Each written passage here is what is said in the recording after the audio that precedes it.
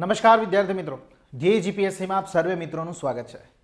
મિત્રો, આજના લેક્ચરમાં આપણે ચર્ચા કરવાની છે ગુજરાતનું સ્પેશિયલ કરંટ અફેર્સ. બરાબર છે, લાસ્ટ 2 થી 3 મહિનાની જે ઘટનાઓ છે, બરાબર, એ આપણે ગુજરાત કરંટ અફેરની અંદર સ્પેશિયલી આને આવરવાની છે. બરાબર છે, અને આપણે એવા જ મુદ્દા લેવાના છે જે મહત્વના છે. આ સિવાય તમને તમારું આપણું જે ગ્રુપ છે એ ગ્રુપની અંદર તમને એક એક્સ્ટ્રા શોર્ટ તરીકે એક પીડીએફ હું મૂકીશ કે જે તમારે પીઆઈની એક્ઝામના એક દિવસ પહેલાં જે છે ને ખાલી રિવાઇઝ કરીને જવાની છે. ઓકે, આ જે કરંટ અફેર્સના વિડીયો છે એ વિડીયો જોયા પછી એની પીડીએફ રીડ કર્યા પછી એ જે એક્સ્ટ્રા શોર્ટની જે પીડીએફ છે એમાં જે 12-15 કન્ટેન્ટ આપવામાં આવ્યા છે, બરાબર, એ ટોટલી કન્ટેન્ટને રિવાઇઝ કરીને તમે જજો. આઈડિયા આવે છે?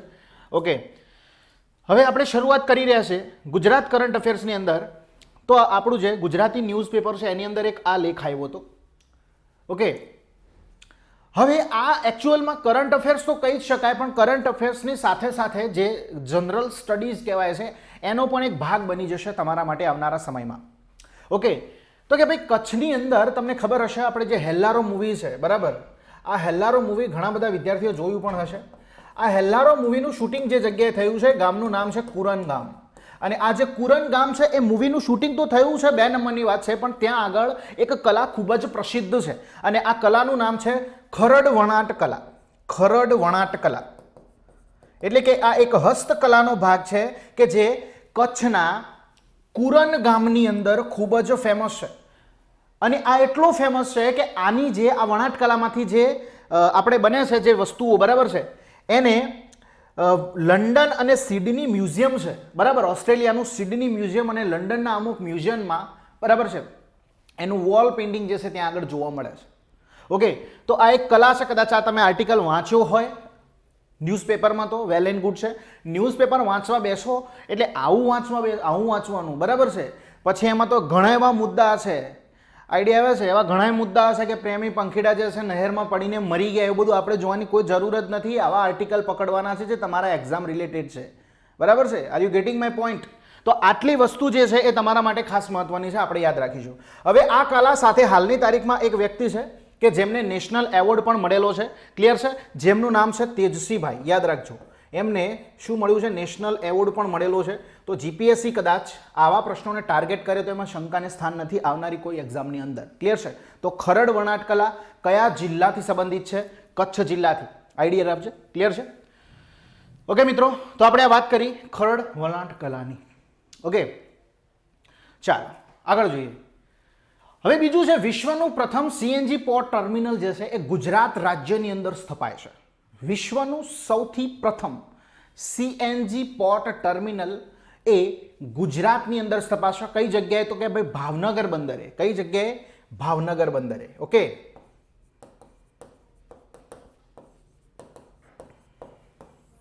ભાવનગર બંદરે વિશ્વનું પ્રથમ સીએનજી પોર્ટ ટર્મિનલ જે છે સ્થપાશે.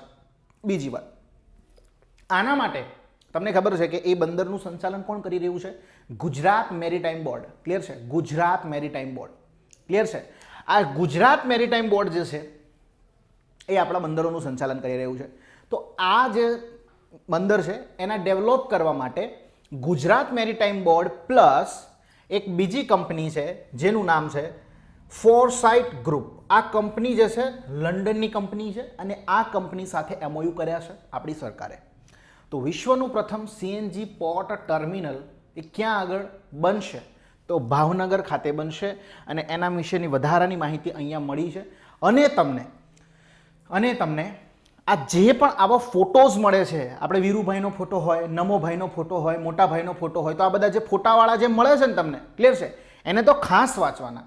કારણ કે એની અંદર આપવામાં આવેલી જે ઇન્ફોર્મેશન છે એ એકદમ ઇઝી ભાષામાં લખેલી હશે. કારણ કે એ ફોટા એ સામાન્ય લોકોને સમજી શકાય એટલા માટે બનાવવામાં આવેલા હોય છે કે ભાઈ સરકાર દ્વારા કરવામાં આવેલા જે પ્રયત્ન છે, જે યોજનાઓ શરૂ કરવામાં આવેલી છે, ક્લિયર છે, તો એક સામાન્ય માનવી જે છે એને વાંચે તો એને આઈડિયા આવી જાય કે એકચ્યુઅલમાં સરકાર કંઈક આવું કરવા માગે છે. તો એટલા જ માટે આવા જે પણ ફોટા તમને કોઈ પણ ગ્રુપમાં દેખાય છે, આઈડિયા આવે છે, તો એને વાંચી લેવાનો. એક બે વાર વાંચી લેશો એટલે પછી તમારે જોવું જ નહીં પડે, ક્લિયર છે. તો આ જે છે એ વિશ્વનું પ્રથમ સીએનજી પોર્ટ ટર્મિનલ ભાવનગર ખાતે સ્થાપિત થશે. ફરીથી ચર્ચામાં આવ્યું છે, 1 વર્ષ પહેલાં તો હતું જ. ઓકે, પછી મિત્રો આપણે વાત કરીએ તો અહીં આગળ તમને ખબર છે કે ગુજરાત સરકાર દ્વારા 7 પગલાં ખેડૂત યોજના જે છે, 7 પગલાં ખેડૂત કલ્યાણ યોજના, આ યોજના જે છે શરૂઆત કરવામાં આવી હતી. હવે તાજેતરમાં આ યોજના અંતર્ગત સરકારે 2 યોજનાઓની શરૂઆત કરી છે. એક યોજનાનું નામ છે મુખ્યમંત્રી પાક સંગ્રહણ યોજના અને બીજી યોજનાનું નામ છે કિસાન પરિવહન યોજના. ક્લિયર છે? બીજી યોજનાનું નામ છે કિસાન પરિવહન યોજના. Okay, done. તો મિત્રો સમજજો, કિસાન પરિવહન યોજનાની અંદર શું છે? અહીંયા શબ્દ જ લખેલો છે કે પરિવહન યોજના, એટલે કે કિસાનને ક્યાંક ને ક્યાંક ટ્રાન્સપોર્ટેશન સંબંધી સહાય જે છે સરકાર આપવાની વાત કરી રહી છે. ક્લિયર છે? તો શું સહાય કરશે? તો સમજો, ખેડૂતો જે છે પોતાનો પાક ખેતરની અંદર જ્યારે લે છે, બરાબર, પોતાનો પાકનું ઉપજ જ્યારે ઉત્પાદન કરે છે ત્યારે એ માલને ટ્રાન્સપોર્ટ કરી સારા ભાવે વેચાણ કરી શકે અને મધ્ય માલવાહક વાહન જે છે એ પોતે ખરીદી શકે, એના માટે ટ્રાન્સપોર્ટ કરવા માટે. તો એના માટે શું છે, આ એક સહાય યોજના સરકારે જે છે બહાર પાડી છે. ઓકે, આની અંદર શબ્દ લખ્યો છે મધ્ય માલવાહક યોજના. ઓકે, મધ્ય માલવાહક એટલે આની અંદર જે છે પેલું છોટા હાથી આવે છે, બરાબર છે, એ સિવાય પેલું સુપ્રો આવે છે દોસ્ત, સુપર કેરી, આવા ટોટલ 45 જેટલા મોડલો જે છે ગુજરાત સરકારે પસંદ કર્યા છે. અને ખેડૂત જો આ મોડલ પસંદ કરે છે અને એને ખરીદે છે તો એને સરકાર કંઈક સબસિડી આપશે. કેટલી સબસિડી આપશે તો આપણે ચર્ચા કરીએ. તો કે ભાઈ જે પણ નાના ખેડૂતો છે, જે પણ સીમાંત ખેડૂતો છે, મહિલાઓ છે, અનુસૂચિત જાતિ અને અનુસૂચિત જનજાતિ સમુદાયના જે ખેડૂતો છે, આ ખેડૂતોને આવા મધ્ય માલવાહક વાહનો જે છે એને ખરીદવા માટે સરકાર 75,000 રૂપિયાની સહાય કરશે. કેટલા રૂપિયાની? 75,000 રૂપિયા. કોના માટે? તો કે ભાઈ નાના ખેડૂતો હોય, સીમાંત ખેડૂતો હોય,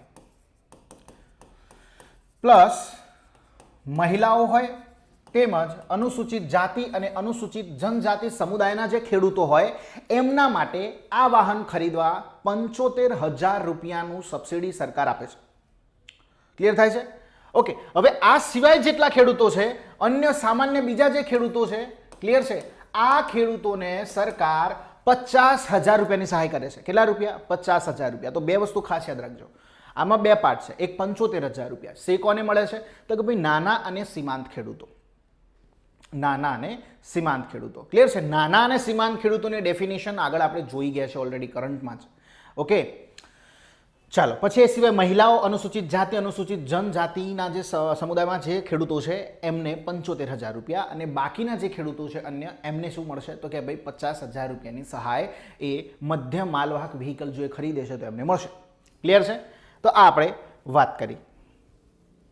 અહીંયા સરકારે 50 કરોડની જોગવાઈ કરી છે. બીજું બધું તમારા માટે ખાસ મહત્વનું નથી. અને જ્યારે તમે કોઈ શોરૂમમાં જાઓ છો, બરાબર છે, તો ત્યાં આગળ તમને સીધું જ વાહનની કિંમતમાંથી સહાયની રકમ બાદ કરી અને ખેડૂત સીધી જ ખરીદી શકશે.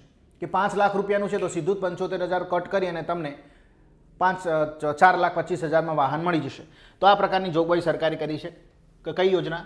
તો કે ભાઈ કિસાન પરિવહન યોજના. બીજું છે મુખ્યમંત્રી પાક સંગ્રહણ યોજના. હવે અહીંયા પાકને સંગ્રહ કરવાની વાત છે મિત્રો. તો પાકને સંગ્રહ કરવા માટે શું બનાવવું પડે? ગોડાઉન બનાવવું પડે.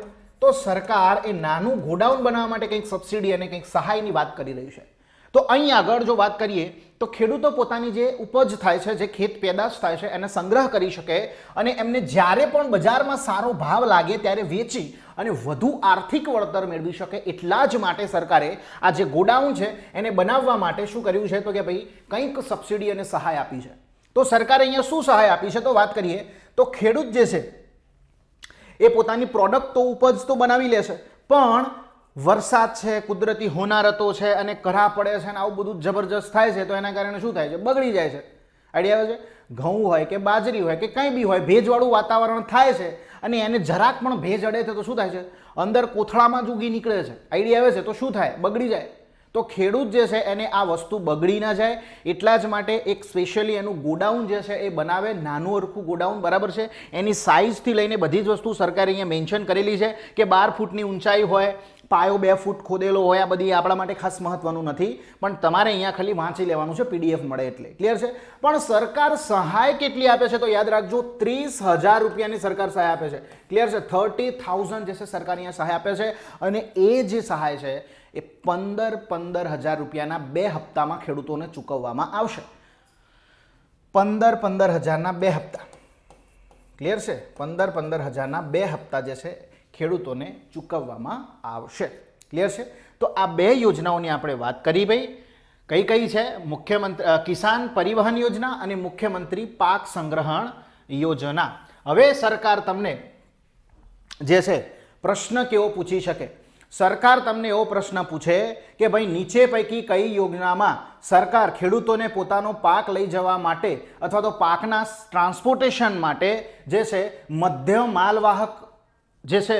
માલવાહક વાહન ખરીદવા માટે સહાય જે છે આપે છે, કઈ યોજનામાં? તો એની અંદર ઓપ્શનની અંદર સરકાર કિસાન પરિવહન યોજનાની જગ્યાએ અહીંયા તમને એવું મૂકી નાખશે કે મુખ્યમંત્રી પરિવહન યોજના. મુખ્યમંત્રી પરિવહન યોજના યાદ રાખજો, મુખ્યમંત્રી પરિવહન યોજના આવું પણ મૂકી નાખે, બરાબર છે. ખેડૂત પરિવહન યોજના આવું પણ મૂકી નાખે. નામ આપણે કિસાન છે ભાઈ, ખેડૂત નથી. ક્લિયર છે. તો કિસાન પરિવહન યોજના, આમ તો ખેડૂત હોય તોય ચાલે, વાંધો નહીં, પણ આપણે કિસાન શબ્દ મેન્શન કરેલો છે પર્ટિક્યુલર સરકારના જે ઓથેન્ટિકેટ પેપર છે એની પર જ. તો કિસાન પરિવહન યોજના ઇઝ ધ રાઈટ આન્સર. ગમે તે પ્રશ્ન પૂછે યાદ રાખજો, મુખ્યમંત્રી પરિવહન યોજના, પ્રધાનમંત્રી પરિવહન યોજના, આવા કેટલાય નામ મૂકી નાખશે. આઈડિયા આવે છે? ઓકે, ચાલો. અને અહીંયા શું મૂકશે? તો અહીંયા તમને કન્ફ્યુઝ કરવા માટે એવું મૂકશે કે ભાઈ સરકારે તાજેતરની અંદર ખેડૂતો પોતાની ખેત પેદાશોનો સંગ્રહ કરી જ્યારે વધુ સારા ભાવ મળે ત્યારે બજારમાં વેચી શકે એટલા માટે નાના અરખા ગોડાઉન બનાવવા માટે સરકાર કઈ યોજનાની શરૂઆત કરી છે?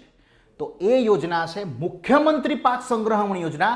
અહીંયા તમને મૂકી દેશે કિસાન પાક સંગ્રહણ યોજના. યાદ રાખજો, આ છે શબ્દોનું કન્ફ્યુઝન કરી નાખશે. કિસાન સંગ્રહણ યોજના નહીં. કઈ યોજના? મુખ્યમંત્રી પાક સંગ્રહણ યોજના. પાક કોણ સંગ્રહ કરે છે? વિજયભાઈ રૂપાણી, એમ સમજીને ચાલવાનું, ખબર છે? ઓકે, તો વિજયભાઈ રૂપાણી પાક સંગ્રહણ યોજના, મુખ્યમંત્રી પાક સંગ્રહણ યોજનાની શરૂઆત સરકારે કરી છે. તો આ પ્રકારના કન્ફ્યુઝન એ GPSC તમને કરી શકે છે. ઓકે, પછી આપણે વાત કરીએ મિત્રો, તો તાજેતરમાં ગાંધીનગર ખાતે જે ભૂગર્ભ ગટર જે છે એની સફાઈ માટે એક રોબોટ જે છે એ કામે લગાવવામાં આવ્યો છે. તો એ રોબોટનું નામ છે બેન્ડિકૂટ રોબોટ. તો આવા બેન્ડિકૂટ રોબોટ જે છે એ ગાંધીનગરની અંદર જે છે હવે શું કરશે? તો કે ભાઈ ગટરની સફાઈ કરશે. અને સરકાર એ અત્યારે સ્કેવેન્જિંગ પ્રેક્ટિસિસ જે કહેવાય છે, એટલે કે મેલું ઉપાડવાની જે પ્રથા છે એને નાબૂદ કરવાનો ક્યાંક ને ક્યાંક અંશે આ ટેકનોલોજીની મદદથી દૂર કરી રહી છે. અને સરકાર જે છે અહીંયા આગળ જે મેન હોલ સફાઈ જે છે, બરાબર, એની અંદર જે પથ્થર છે, ઈંટ છે, આ બધાની જે સફાઈ છે એ કોણ કરશે? તો કે ભાઈ આ જે બેન્ડિકૂટ રોબોટ છે એ કરશે. ક્લિયર છે? ઓકે, હવે આ જે બેન્ડિકૂટ રોબોટ જે છે એ ગુજરાતના ગાંધીનગર ખાતે તાજેતરમાં જે છે કાર્યરત કરવામાં આવ્યો છે. તો ગુજરાતનું ગાંધીનગર એ કયા નંબરનું શહેર બન્યું કે જ્યાં આગળ બેન્ડિકૂટ રોબોટ કાર્યરત થયો છે? તો ગુજરાતનું ગાંધીનગર એ બીજા નંબરનું શહેર છે. જ્યારે ગુજરાતનું પ્રથમ શહેર કે જ્યાં આગળ આ પ્રકારનો રોબોટ કાર્ય હતો તો એનું નામ છે સુરત. અને આવા ઘણા બધા બેન્ડિકૂટ રોબોટની શરૂઆત ભારત સરકારે અલગ અલગ રાજ્યોમાં કરી છે.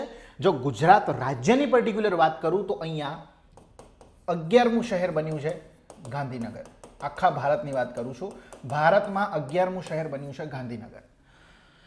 ઓકે, તો હમણાં નીતિનભાઈ પટેલ જે છે એમને લોકાર્પણ કર્યું છે, બરાબર. અને આપણે આ વાત કરી ટોટલી કોમ્પ્યુટરાઇઝ રોબોટ છે, એની અંદર કેમેરો પણ લાગેલો છે. તો બધી જ વસ્તુઓ શું થશે? એ મેન હોલની જે છે સફાઈ કરી નાખશે. ઓકે, હવે ભાઈ પૈસા કોને આપ્યા? આ બેન્ડિકૂટ રોબોટ બનાવવા માટે પૈસા કોને આપ્યા? તો પૈસા કોને આપ્યા ખબર છે? સાબરમતી ગેસ કંપની જે છે એમનું, તમને ખબર હશે કે કોઈ પણ કંપની જે પ્રોફિટ કરે છે એના 2% એમને CSR ફંડની અંદર આપવા પડે છે. શું કરવું પડે છે? CSR ફંડની અંદર આપવા પડે છે. એટલે કે કોર્પોરેટ સોશિયલ રિસ્પોન્સિબિલિટી જે છે એની અંતર્ગત દરેક કંપની 2% આપવાના હોય છે. ક્લિયર છે? તો અહીંયા આગળ કોર્પોરેટ સોશિયલ રિસ્પોન્સિબિલિટી અંતર્ગત સાબરમતી ગેસ કંપની જે છે એનો ફંડ આવ્યો છે અને એ ફંડ અંતર્ગત આ જે છે રોબોટનું નિર્માણ કરવામાં આવ્યું છે. ક્લિયર છે? ઓકે, ચાલો આ વસ્તુ આપણે ઓલરેડી સમજી ગયા છે. અને બીજું ખાસ કે સુપ્રીમ કોર્ટનો ચુકાદો પણ છે અને પ્લસ સામાજિક ન્યાય અને અધિકારિતા વિભાગની એક માર્ગદર્શિકા પણ છે કે ભાઈ મેન્યુઅલ સ્કેવેન્જિંગ પ્રેક્ટિસિસ પર પ્રતિબંધ લગાવો. સરકારે સુપ્રીમ કોર્ટે ચોખ્ખું જ કીધેલું છે બધી જ સરકારોને. ક્લિયર છે? તો અહીંયા એના ચુકાદાને ગણો કે જે આપણે સામાજિક ન્યાય અને અધિકારિતા વિભાગની જે માર્ગદર્શિકા છે એની ગાઈડલાઈન ગણો. એના પોઈન્ટ ઓફ વ્યૂથી આપણે આ ટેકનોલોજી આધારિત રોબોટને મેન હોલ જે છે એની સફાઈ માટે શું કરીશું તો કે ભાઈ કાર્યરત કરીશું. ઓકે, તો ગાંધીનગર કેટલામું શહેર બન્યું ગુજરાતમાં તો કે ભાઈ જવાબ આવશે બીજું. જ્યારે ગાંધીનગર દેશનું કયું 11મું. ક્લિયર છે? ઓકે, તો બીજું તો સુરત કયું હતું? પ્રથમ હતું. કયું હતું? પ્રથમ શહેર. Okay, done. ચાલો હવે આપણે સમજીએ મિત્રો કે ગુજરાતી એક પત્રકાર છે, ખૂબ જ ફેમસ પત્રકાર છે જેનું નામ છે ઉદય માહુરકર. અને આ ઉદય માહુરકર સાહેબની નિમણૂક કરી છે ગુજરાતના એક પ્રખ્યાત પત્રકાર, એમની નિમણૂક થઈ છે માહિતી કમિશનર તરીકે. ક્લિયર છે? માહિતી કમિશનર તરીકે. ઓકે, તો અહીંયા આગળ આપણા જે વિજયભાઈ રૂપાણી છે એમને ટૂંકમાં એક સારું એવું પ્રેફરન્સ પેલું કર્યું હતું કે ભાઈ વખાણ કર્યા હતા કે ભાઈ તમારી નિમણૂક થઈ છે. બરાબર છે? અહીંયા વીરુભાઈએ માસ્ક પહેર્યું છે, અહીંયા આ ભાઈ તો માસ્ક પહેર્યું નથી, ફોટો પડવા માટે માસ્ક કાઢી નાખ્યું છે. ક્લિયર છે? ઓકે, આઈડિયા આવે છે? તો આપણા જે માહિતી કમિશનરની નિમણૂક મુખ્ય માહિતી કમિશનર નહીં, મુખ્ય માહિતી કમિશનર સિવાય પણ બીજા 10 માહિતી કમિશનર તમને ખબર હશે જેની નિમણૂક સરકાર કરતી હોય છે. તો એ જે મુખ્ય માહિતી કમિશનર સિવાય જે છે એમાં ઉદય માહુરકર જે છે એ ગુજરાતના પત્રકાર છે, એમની નિમણૂક થઈ છે માહિતી કમિશનર તરીકે. ઓકે, હવે આમની નિમણૂક જે છે મુખ્ય માહિતી કમિશનર હોય કે એના સિવાયના બીજા જે 10 માહિતી કમિશનર હોય એની નિમણૂક કોણ કરે છે, કેવી રીતે થાય છે? તો યાદ રાખજો, એમની નિમણૂક જે છે એ 3 સભ્યોની પસંદગી સમિતિ હોય છે. એની અંદર એક જે છે એ ભારતના વડાપ્રધાન હશે અને બીજા એ જે વિરોધ પક્ષના નેતા હશે લોકસભામાં. તો વિરોધ પક્ષના નેતા અહીંયા કોણ છે? અધીર રંજન ચૌધરી છે. અને વડાપ્રધાન જે છે નરેન્દ્રભાઈ મોદી. અને ત્રીજો સભ્ય કોણ હશે? તો ત્રીજા સભ્યને કેબિનેટ મંત્રાલયમાંથી, કેબિનેટ જે છે એમાંથી જે વડાપ્રધાન છે એમના દ્વારા શું કરવામાં આવશે તો કે ભાઈ નોમિનેટ કરવામાં આવશે. ઓકે, અને આ સમિતિના અધ્યક્ષ કોણ હોય છે? તો સમિતિના અધ્યક્ષ હોય છે પીએમ હોય છે. ઓકે, અને આ જે ત્રીજો સભ્ય છે એને વડાપ્રધાન દ્વારા નોમિનેટ કરવામાં આવે છે. ક્લિયર છે? જે કેન્દ્રીય કેબિનેટ મંત્રી કોઈ પણ હોઈ શકે. તો વર્તમાનમાં છે અમિત શાહ. ક્લિયર છે? ભારતના હોમ મિનિસ્ટર. ઓકે, એમનો કાર્યકાળ શું હોય છે? તો એમનો કાર્યકાળ છે ભારતમાં માહિતી કમિશનર હોય કે ભારતનો મુખ્ય માહિતી કમિશનર હોય, એમનો કાર્યકાળ વર્તમાનમાં જે છે એ 3 વર્ષ કરી દેવામાં આવ્યો છે. કેટલો છે? 3 વર્ષ. યાદ રાખજો, જ્યારે રાઇટ ટુ ઇન્ફોર્મેશન એક્ટ 2005 જ્યારે લાગુ થાય છે ત્યારે આ કાયદા અંતર્ગત આ જે માહિતી કમિશનર અને મુખ્ય માહિતી કમિશનર એ બંનેનો જે મુદત હતી, જે કાર્યકાળ હતો એ 5 વર્ષનો હતો. પણ 2019માં આ કાયદાનું એમેન્ડમેન્ટ કરવામાં આવ્યું છે અને આ જે 5 વર્ષનો જે કાર્યકાળ છે એને ઘટાડીને 3 વર્ષ કરવામાં આવેલો છે. ક્લિયર છે? આપણે યાદ રાખવાનું છે. ઓકે, પછી છે ભારતમાં હમણાં પાછા મુખ્ય માહિતી કમિશનરની પણ શું થઈ છે? નિમણૂક થઈ છે. તો આપણે એ પોઈન્ટ પણ જોઈ લઈએ. તો વર્તમાનમાં ભારતના મુખ્ય માહિતી કમિશનર છે યશવર્ધન કુમાર સિન્હા. કોણ છે? યશવર્ધન કુમાર સિન્હા. ક્લિયર છે? ઓકે, ઓકે, ચાલો હવે કેન્દ્રીય માહિતી આયોગ જે છે આમાં જે છે બેસતા હોય છે. તો કેન્દ્રીય માહિતી આયોગ જે છે શું છે? તો એક સ્ટેચ્યુટરી બોડી છે.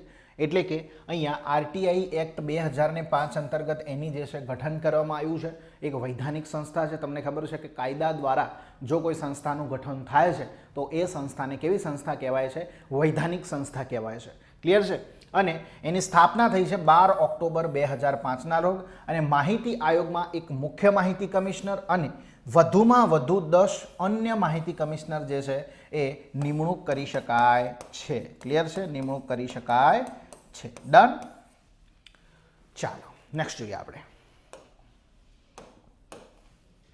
કાર્યકાળની આપણે વાત કરીએ. ઓકે, અહીંયા ભૂલ છે, કાર્યકાળ નહીં, અહીંયા જીકે ફેક્ટ જે છે એવું કંઈક મેં લખ્યું હતું પણ ભાઈએ ભૂલ કરી છે, ચાલો વાંધો નહીં. જીકે ફેક્ટની જો વાત કરું મિત્રો, તો ભારતના પ્રથમ મુખ્ય માહિતી કમિશનર કોણ હતા? તો કે ભાઈ શ્રી વજાહત હબીબુલ્લા હતા. બરાબર છે. ભારતના પ્રથમ મુખ્ય માહિતી કમિશનર હતા શ્રી વજાહત હબીબુલ્લા. અને જે ભારતના પ્રથમ મુખ્ય મહિલા માહિતી કમિશનર કોણ હતા? તો દીપક સિંધુ હતા. કોણ હતા? દીપક સિંધુ મેડમ. ક્લિયર છે? ડન. ચાલો હવે આપણે વાત કરીએ તાનારીરી એવોર્ડની. ક્લિયર છે? તો તાનારીરી એવોર્ડ વર્ષ 2020-21 માટે કોને મળ્યો છે? તમે બધા વાંચેલું જ હશે, કોમન ફેક્ટ છે. ગુજરાતની અંદર કરંટ અફેર થતું હોય અને ગુજરાતનું કરંટ અફેર તમને આઈડિયા ન હોય એવું ન જ બને. ક્લિયર છે? તો તાનારીરી એવોર્ડ જે છે એ વર્તમાનમાં જે છે બે વ્યક્તિઓને આપવામાં આવેલો છે. એક છે અનુરાધા પાંડવાલ અને બીજા છે ભાવનગરના વર્ષાબેન ત્રિવેદી. આ બંનેને સંયુક્ત રીતે તાનારીરી એવોર્ડ જે છે આપવામાં આવેલો છે. કોને કોને આપ્યો છે? તો યાદ રાખજો, અનુરાધા પાંડવાલ. ક્લિયર છે? યાદ રાખવાનું છે. અનુરાધા પાંડવાલ અને ભાવનગરના જે છે વર્ષાબેન ત્રિવેદી.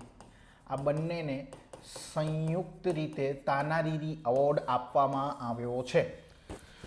ઓકે, હવે આ એવોર્ડમાં શું આપવામાં આવે છે? તો આ એવોર્ડમાં આપવામાં આવે છે 5 લાખનો પુરસ્કાર, તામ્રપત્ર અને શાલથી જે છે વિજેતાનું બહુમાન કરવામાં આવે છે. શાલથી બહુમાન કરવું ને એ તો આપણી એક સંસ્કૃતિ છે, વર્ષોથી ચાલતી આવે છે. ક્લિયર છે? હવે આ એવોર્ડની શરૂઆત એ જે છે 2003થી જે છે થઈ છે, આપણે યાદ રાખીશું. ક્લિયર છે? ચાલો હવે છેલ્લા 3 વર્ષમાં કોને કોને એવોર્ડ મળ્યા છે જો તમે નજર નાખી લેજો કે ભાઈ 2018-19માં વિદુષી રૂપાંદે શાહને, 2019-20માં અશ્વિની ભીડે, પિયુષ સરખેલને અને 2020-21માં અનુરાધા પાંડવાલ અને વર્ષાબેન ત્રિવેદીને જે છે આ એવોર્ડ મળ્યો છે. ક્લિયર છે? ઓકે, હવે એક અપડેટ જોઈ લેવાની છે આપણે કે ભાઈ જે કંપનીઓ છે જે લેબર કોન્ટ્રાક્ટ આપે છે, જે લેબર કોન્ટ્રાક્ટ આપે છે થર્ડ પાર્ટીને. ક્લિયર છે? ઓકે, તો આ લેબર કોન્ટ્રાક્ટ આપતી જે કંપનીઓ છે, હવે એવી કંપની કે જે આમ તો કેવું છે, લેબર કોન્ટ્રાક્ટ આપો એટલે તમારે કોન્ટ્રાક્ટ ફી ભરવી પડે. શું ભરવું પડે? કોન્ટ્રાક્ટ ફી ભરવી પડે.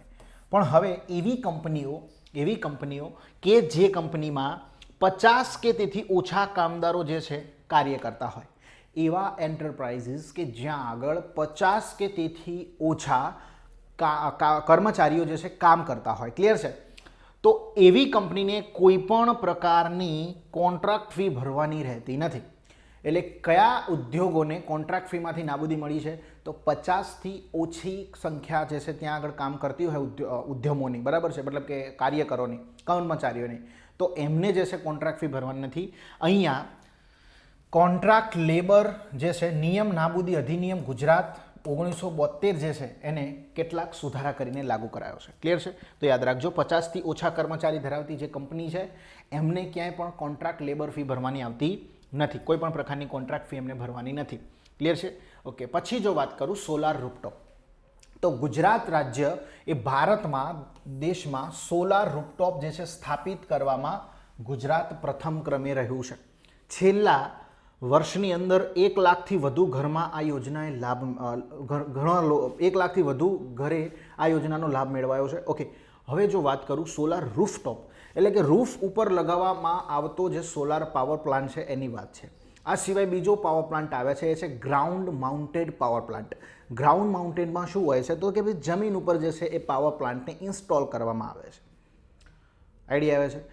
અને ઇન્સ્ટોલ કર્યા બાદ એમાંથી આ જે પેનલ છે, તો આ પેનલમાંથી જે પાવર નીકળે છે એ પાવર એ ઘર ઉપર રૂફટોપ લગાવ્યું છે, ત્યાં એક મીટર લગાવવામાં આવે છે, જે શું કરે છે તો કે ભાઈ સોલાર એનર્જીમાંથી પેદા થયેલી જે એનર્જી છે એના યુનિટનું કેલ્ક્યુલેશન કરવા માટે સ્પેશિયલી એક મીટર લગાવવામાં આવે છે. કારણ કે ઓકે, આ જે મીટર છે એ થોડુંક ડિફરન્ટ હોય છે આપણા ઘરની અંદર જે મીટર હોય છે એના કરતાં. તો આ મીટરને કહેવામાં આવે છે નેટ મીટર. શું કહેવામાં આવે છે? Net meter. યાદ રાખજો. Okay, done. ક્લિયર થાય છે? થોડુંક આગળ વધીએ. ચાલો, તો હવે એક યોજના જે છે સોલાર રૂફટોપ સાથે સંકળાયેલી છે, તો એની આપણે વાત કરીએ. યોજનાનું નામ છે સૂર્ય ગુજરાત યોજના, જેનું પૂરું નામ છે સૂર્ય ઉર્જા રૂફટોપ યોજના. સૂર્ય ઉર્જા રૂફટોપ યોજના. ઓકે, 8 ઓગસ્ટ 2019થી અમલમાં છે. અને અહીંયા શું શું સરકાર જે છે સબસિડી આપે છે એની જો આપણે વાત કરીએ, તો અહીં આગળ સૌ પ્રથમ અહીંયા યાદ રાખજો, અહીંયા હું લખું છું કે રહેણાંક વિસ્તાર માટે શું સબસિડી આપે છે સરકાર એની વાત કરીએ, અને કોઈ હાઉસિંગ સોસાયટી છે એને શું સબસિડી આપે છે એની વાત કરીએ.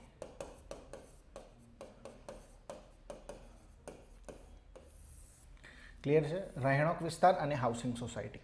તો યાદ રાખજો અહીં આગળ જો એકથી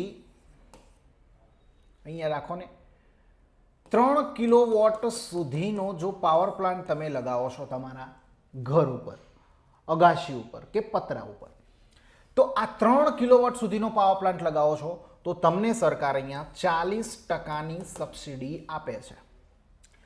અને 3 થી 10 કિલોવોટ સુધીનો પાવર પ્લાન્ટ જો તમે લગાવો છો તો સરકાર 20%ની સબસિડી આપે છે. અને જો કોઈ હાઉસિંગ સોસાયટી છે અને એ હાઉસિંગ સોસાયટી જે છે એની કોઈ મજિયારી જમીન છે, એ બધાની ભેગી કોઈ જમીન છે, કોઈ પ્લોટ છે, ક્લિયર છે, તો ત્યાં આગળ જો વીજ અહીંયા મતલબ કે આપવામાં આવશે, સોલર પાવર પ્લાન્ટ નાખવામાં આવશે તો એમને 20% જે છે સબસિડી મળવા પાત્ર છે. પ્લસ જે પણ એજન્સી તમારા ત્યાં પાવર પ્લાન્ટ ઇન્સ્ટોલ કરવામાં આવે છે એ પાવર પ્લાન્ટને 5 વર્ષ સુધી મેન્ટેનન્સ કરવાની જવાબદારી એ કંપનીની રહેશે. ક્લિયર થાય છે? તો આટલી વસ્તુ આપણા માટે ખાસ મહત્વની છે કે 3 કિલોવોટ સુધી 40%, 3 થી 10 કિલોવોટ સુધી 20%. હવે તમને જીપીએસસી કન્ફ્યુઝ કેવી રીતે કરે તો તમને એમ કહી દે કે સૂર્ય ગુજરાત યોજનાના સંદર્ભમાં નીચેના વિધાનો ચકાસો. એમાં પહેલું વિધાન મૂકી નાખે. પહેલું વિધાન એવું મૂકે કે તાજેતરમાં રૂફટોપ પ્લાન્ટ ઇન્સ્ટોલેશનમાં ભારતમાં ગુજરાત પ્રથમ ક્રમે છે. વિધાન સાચું, ઓબ્વિયસલી સાચું. બીજું વિધાન એવું મૂકી નાખે કે એના અંતર્ગત 3 થી 10 કિલોવોટના ઇન્સ્ટોલેશન માટે 20%ની સબસિડી સરકાર આપે છે. વિધાન સાચું, બિલકુલ સાચું. પછી એમ લખી દે કે 10 થી 20 કિલોવોટના ઇન્સ્ટોલેશન માટે સરકાર 10% સબસિડી આપે છે. આવું વિધાન મૂકી નાખે એટલે આપણે કન્ફ્યુઝ થઈએ કે સારું શું થયું, સરકારે સબસિડી જે છે વધારી કે હું 20 કિલોવોટ માટે સ્પેશિયલી? તો ના, એવું નથી. એ તમને ખાસ કરીને કન્ફ્યુઝન અને તમારા કોન્ફિડન્સ લેવલને ચેક કરવા માટે મૂકવામાં આવેલો પ્રશ્ન છે કે તમે જે વાંચ્યું છે એની પર તમને ભરોસો છે કે ના સરકારે આવું નથી કર્યું. તો એ તમારો જે કોન્ફિડન્સ લેવલ છે ને એ થોડું હાઈ રાખવાનું કે ના સરકારે આવું કોઈ અપડેટ કરી નથી. 10 કિલોવોટના ઇન્સ્ટોલેશન સુધી જ સરકાર સબસિડી આપે છે. ક્યારે? જ્યારે રહેણાંક વિસ્તારની વાત આવે છે ત્યારે. આઈડિયા આવે છે? ક્લિયર થાય છે મિત્રો? તો આ આપણે વાત કરી સૂર્ય ગુજરાત યોજનાની આપણે વાત કરી છે. ક્લિયર છે? ઓકે. હવે તમને ખબર છે કે સૌથી મોટો પાવર પ્લાન્ટ જે છે અહીંયા વિશ્વનો સૌથી મોટો પાવર પ્લાન્ટ તમને ખબર છે હમણાં કચ્છ સાથે જે છે નિર્મિત થશે કારણ કે હમણાં નરેન્દ્ર મોદી સાહેબ ત્યાં આવ્યા છે અને શું કર્યું છે તો કે ભાઈ એનું ઉદ્ઘાટન કર્યું છે. તો આવું ઘણું બધું જે છે એ તમારે ન્યૂઝમાં હોય તો એ વાંચતું રહેવાનું છે.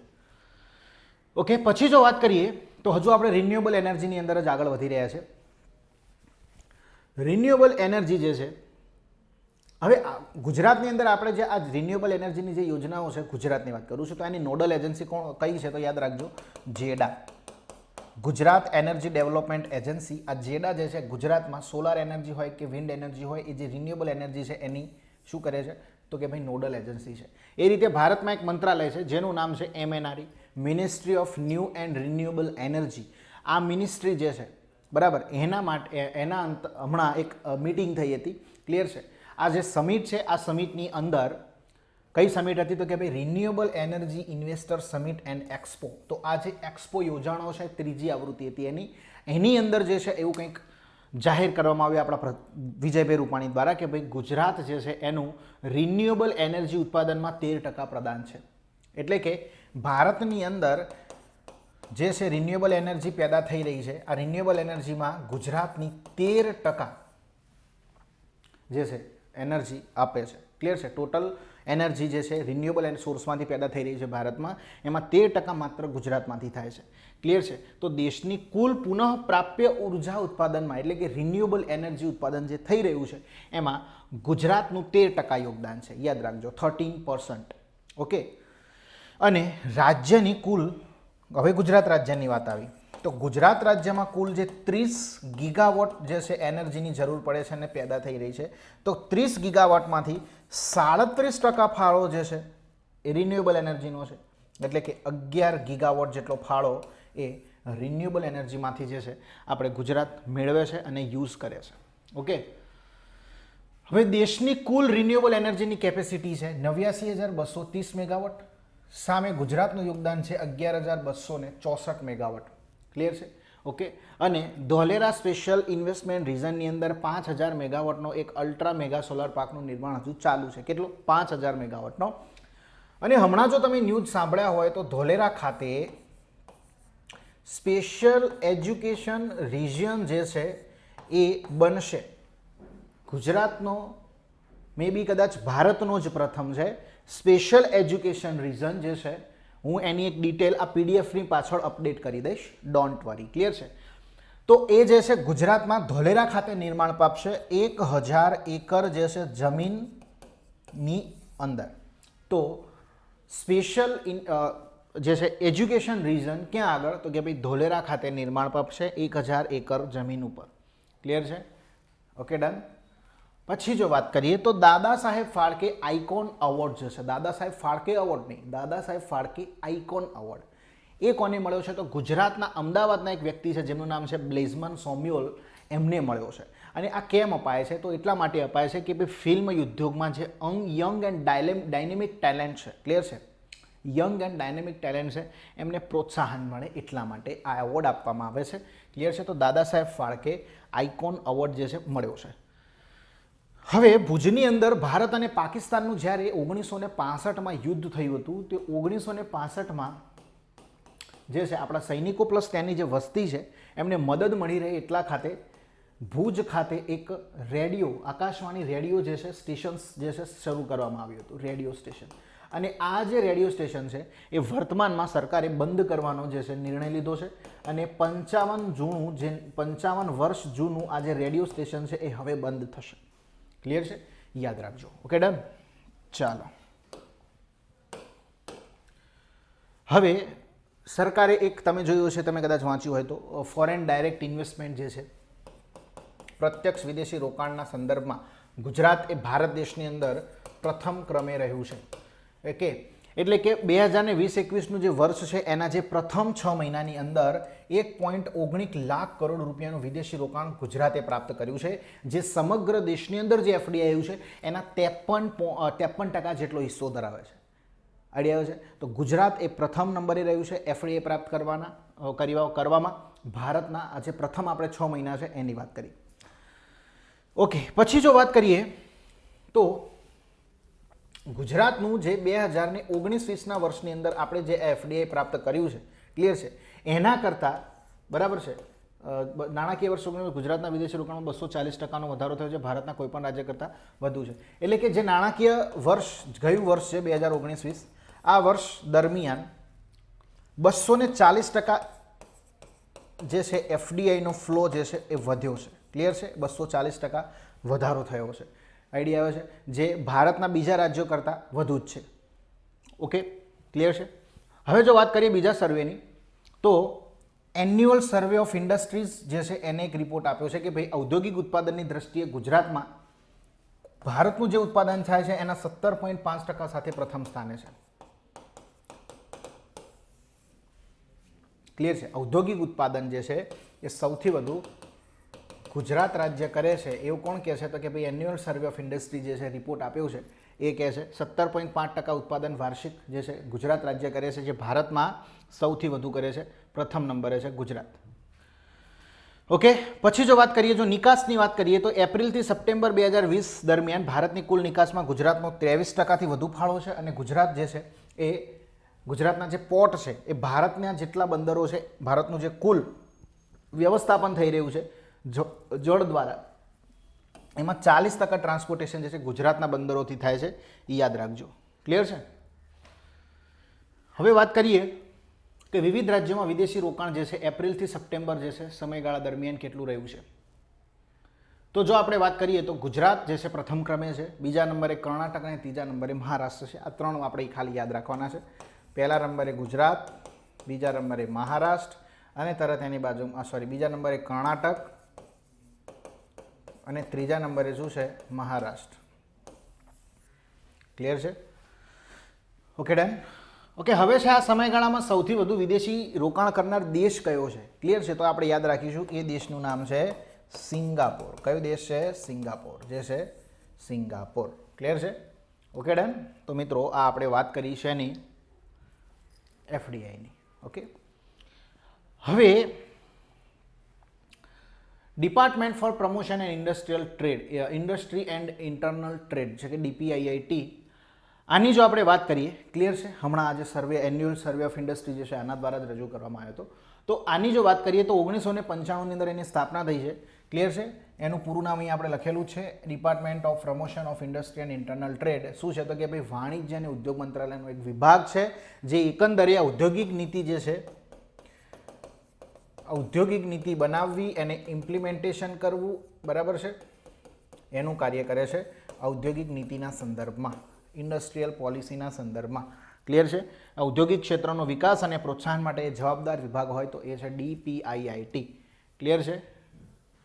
ચાલો, પછી જો આપણે વાત કરીએ મિત્રો તો એ છે દીપડા બચાવવા માટે અને પુનર્વસન માટે ગુજરાતનો PPP પ્રોજેક્ટ. દીપડાઓ જે છે ને એ નરભક્ષી થઈ ગયા છે ભાઈ. માનવ સાથે શું છે, એમની તકરાર જે છે દિવસે ને દિવસે વધતી જાય છે. અને આને પુનર્વસન કરવું એટલે કે એમનું જે કહેવાય ને રિહેબિલિટેશન કરવામાં આવશે. અને અહીંયા જે છે જામનગર ખાતે જે છે એ દીપડાઓને લઈ જવામાં આવશે રેસ્ક્યુ સેન્ટર ખાતે. અને ગુજરાત સરકારે આના માટે રિલાયન્સ ઇન્ડસ્ટ્રી લિમિટેડ જે છે એના સાથે કરાર કર્યા છે. અને અહીં આગળ ગુજરાત સરકાર અને રિલાયન્સ ઇન્ડસ્ટ્રી લિમિટેડના વચ્ચે કરાર થકી PPP મોડલ થ્રુ એટલે કે પબ્લિક પ્રાઇવેટ પાર્ટનરશિપ થકી શું થશે તો કે ભાઈ અહીંયા દીપડાઓને શું કરવામાં આવશે, અહીંયા આ રેસ્ક્યુ સેન્ટર ખાતે લઈ જવામાં આવશે. આઈડિયા આવ્યો છે? અને કેમ દીપડાને? કારણ કે દીપડો જે છે એ IUCN જે છે, ક્લિયર છે, IUCN જે છે આ સંસ્થાના રેડ લિસ્ટની અંદર એનું નામ છે, પ્લસ એ સંવેદનશીલ જે છે પ્રજાતિની અંદર એનું નામ લખેલું છે રેડ લિસ્ટમાં. ક્લિયર છે? IUCN એટલે international union for conservation nature. Clear છે? હવે જો વાત કરીએ અહીં આગળ તો ભારતમાં દીપડાનું સંરક્ષણ જે છે એ કેમ કરવું પડે છે તો સમજો. આપણો જે વન્ય પ્રાણી સંરક્ષણ અધિનિયમ છે એના 1972ના જે અનુસૂચિ 1 જે છે એમાં એનું જે છે સમાવિષ્ટ પ્રજાતિ છે, પ્લસ દીપડાઓ જે છે એ convention on international trade in endangered species જે છે એ અંતર્ગત એમનો સમાવેશ થયેલો છે અનુસૂચિ 1માં. પ્લસ IUCN જે છે એ જે લિસ્ટ બહાર પાડે છે એમાં જે રેડ લિસ્ટની અંદર જે સૌથી વધુ જોખમમાં મુકાયેલ જે જાતિઓ છે એમાં સંવેદનશીલ તરીકે એમને વર્ગીકૃત કરવામાં આવેલા છે. એટલા જ માટે દીપડાઓનું સંવર્ધન આપણા માટે કરવું ખાસ જરૂરી છે. બરાબર છે? ઓકે, હવે જો વાત કરીએ તો આ એક બુક છે જે હમણાં વિજયભાઈ રૂપાણી દ્વારા વિમોચન કરવામાં આવ્યું છે. યાદ રાખજો, પ્રધાનમંત્રી અને વિજયભાઈ રૂપાણી કંઈ વિમોચન કરે છે કે લોકાર્પણ કરે છે તો એ વાંચી લેવાનું ખાલી. ક્લિયર છે? વાંચવું જરૂરી છે, પૂછી નાખે ગમે ત્યારે. ક્લિયર છે? તો વાત કરીએ તો મહાત્મા ગાંધીની જે 150મી જન્મ જયંતિ છે એમની ઉજવણી નિમિત્તે ગુજરાત ટેકનોલોજીકલ યુનિવર્સિટી દ્વારા આ એક પુસ્તક તૈયાર કરવામાં આવ્યું છે. ક્લિયર છે? જેનું વિમોચન કોને કર્યું છે તો કે ભાઈ વિજયભાઈ રૂપાણી કર્યું છે. આપણા માટે મહત્વનો ફેક્ટ આ જ છે કે ગુજરાત ટેકનોલોજીકલ યુનિવર્સિટી દ્વારા શું કરવામાં આવ્યું છે, આ પુસ્તકને તૈયાર કરવામાં આવ્યું છે. હવે ભારતની અંદર ગુજરાત એ પ્રથમ રાજ્ય બનશે, ગુજરાત એ પ્રથમ રાજ્ય બનશે કે જ્યાં BS6 જે છે એ મોડલની 1000 જેટલી બસો જે છે સંચાલનમાં મૂકશે, કાર્યરત કરશે. તો ગુજરાત પ્રથમ રાષ્ટ્ર બનશે કે જે BS6 મોડલની જે છે બસો એ કાર્યરત કરશે. ક્લિયર છે? તો યાદ રાખજો. તમને ખબર હશે કે ભાઈ 1 એપ્રિલ 2020થી ભારતની અંદર BS4 જે છે એ મોડલ જે છે એને કેન્સલ કરી અને BS6 મોડલ ફરજિયાત જે છે એન્જિનમાં લગાવવું જરૂરી છે. અને બળતણ પણ ફરજિયાત, જે પેટ્રોલિયમ કંપનીનો છે એમને બળતણ પણ BS6 મોડલનું હવે જે છે બનાવવાની અહીંયા સરકારે શું કર્યું છે, ભલામણ વાત કરી છે. તો અહીં આગળ યાદ રાખજો, BS6 મોડલની 1000 સંચાલન કોણ કરશે તો કે ભાઈ ગુજરાત રાજ્ય કરશે. અને 2021ના અંત સુધીના ગુજરાતમાં BS6 મોડલની 1000 જેટલી બસો જે છે કાર્યરત થશે. ક્લિયર છે? 2020-21ના અંત સુધીમાં. Okay, done. તો આપણે વાત કરીએ. ઓકે, હવે પ્રશ્ન છે કે ભારતના સૌથી લાંબા BRTS કોરિડોરનું નિર્માણ કયા શહેરમાં થયું છે?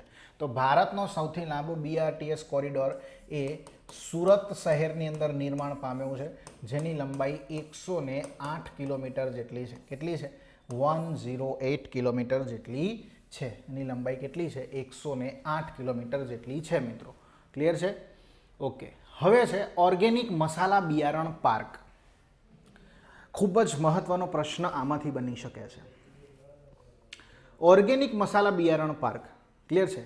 એટલે કે ઓર્ગેનિક મસાલાનું જે બિયારણ છે એના માટેના એક પાર્ક જે છે સરકારે બનાવવાની અહીંયા જાહેરાત કરી છે. અને આના માટે આપણા જે પ્રધાનમંત્રી વિજયભાઈ રૂપાણી છે એમને 2 જેટલા FPOની પણ નિમણૂક કરી છે. આ FPO શું છે હવે સમજીએ છીએ ડિટેલમાં. ઓકે, હવે વાત કરીએ તો 2 પાર્ક કઈ કઈ જગ્યાએ બનશે.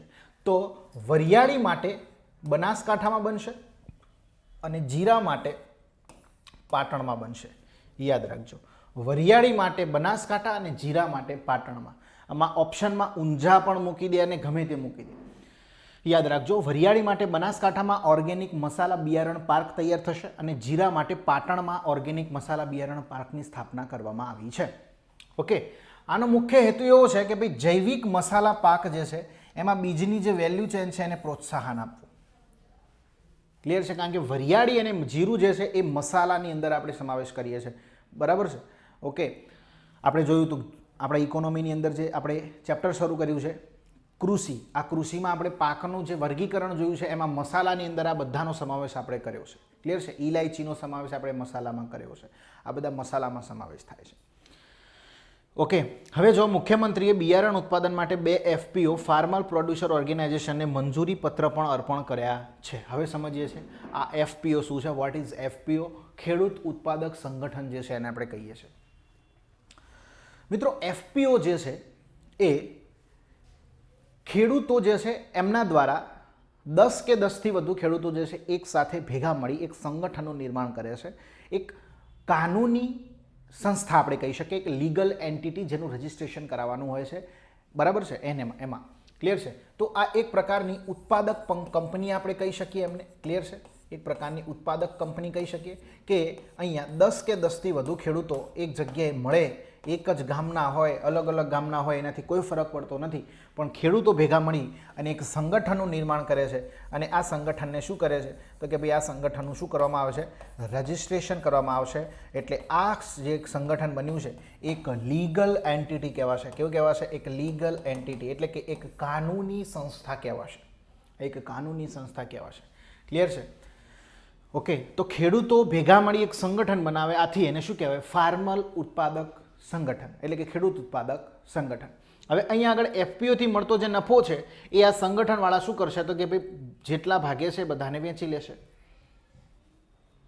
આઈડિયા આવે છે? ઓકે, હવે આનાથી ફાયદો શું થાય છે? બરાબર છે? આનાથી ફાયદો શું થાય? પહેલાં તો કેવી રીતે બનાય એ જોઈએ. બરાબર? એ સ્કીમ જોઈએ ને પછી એના લાભ છેલ્લે આપણે જોઈશું. વાંધો નહીં. ક્લિયર છે? તો આ કેવી રીતે બનાવી શકાય?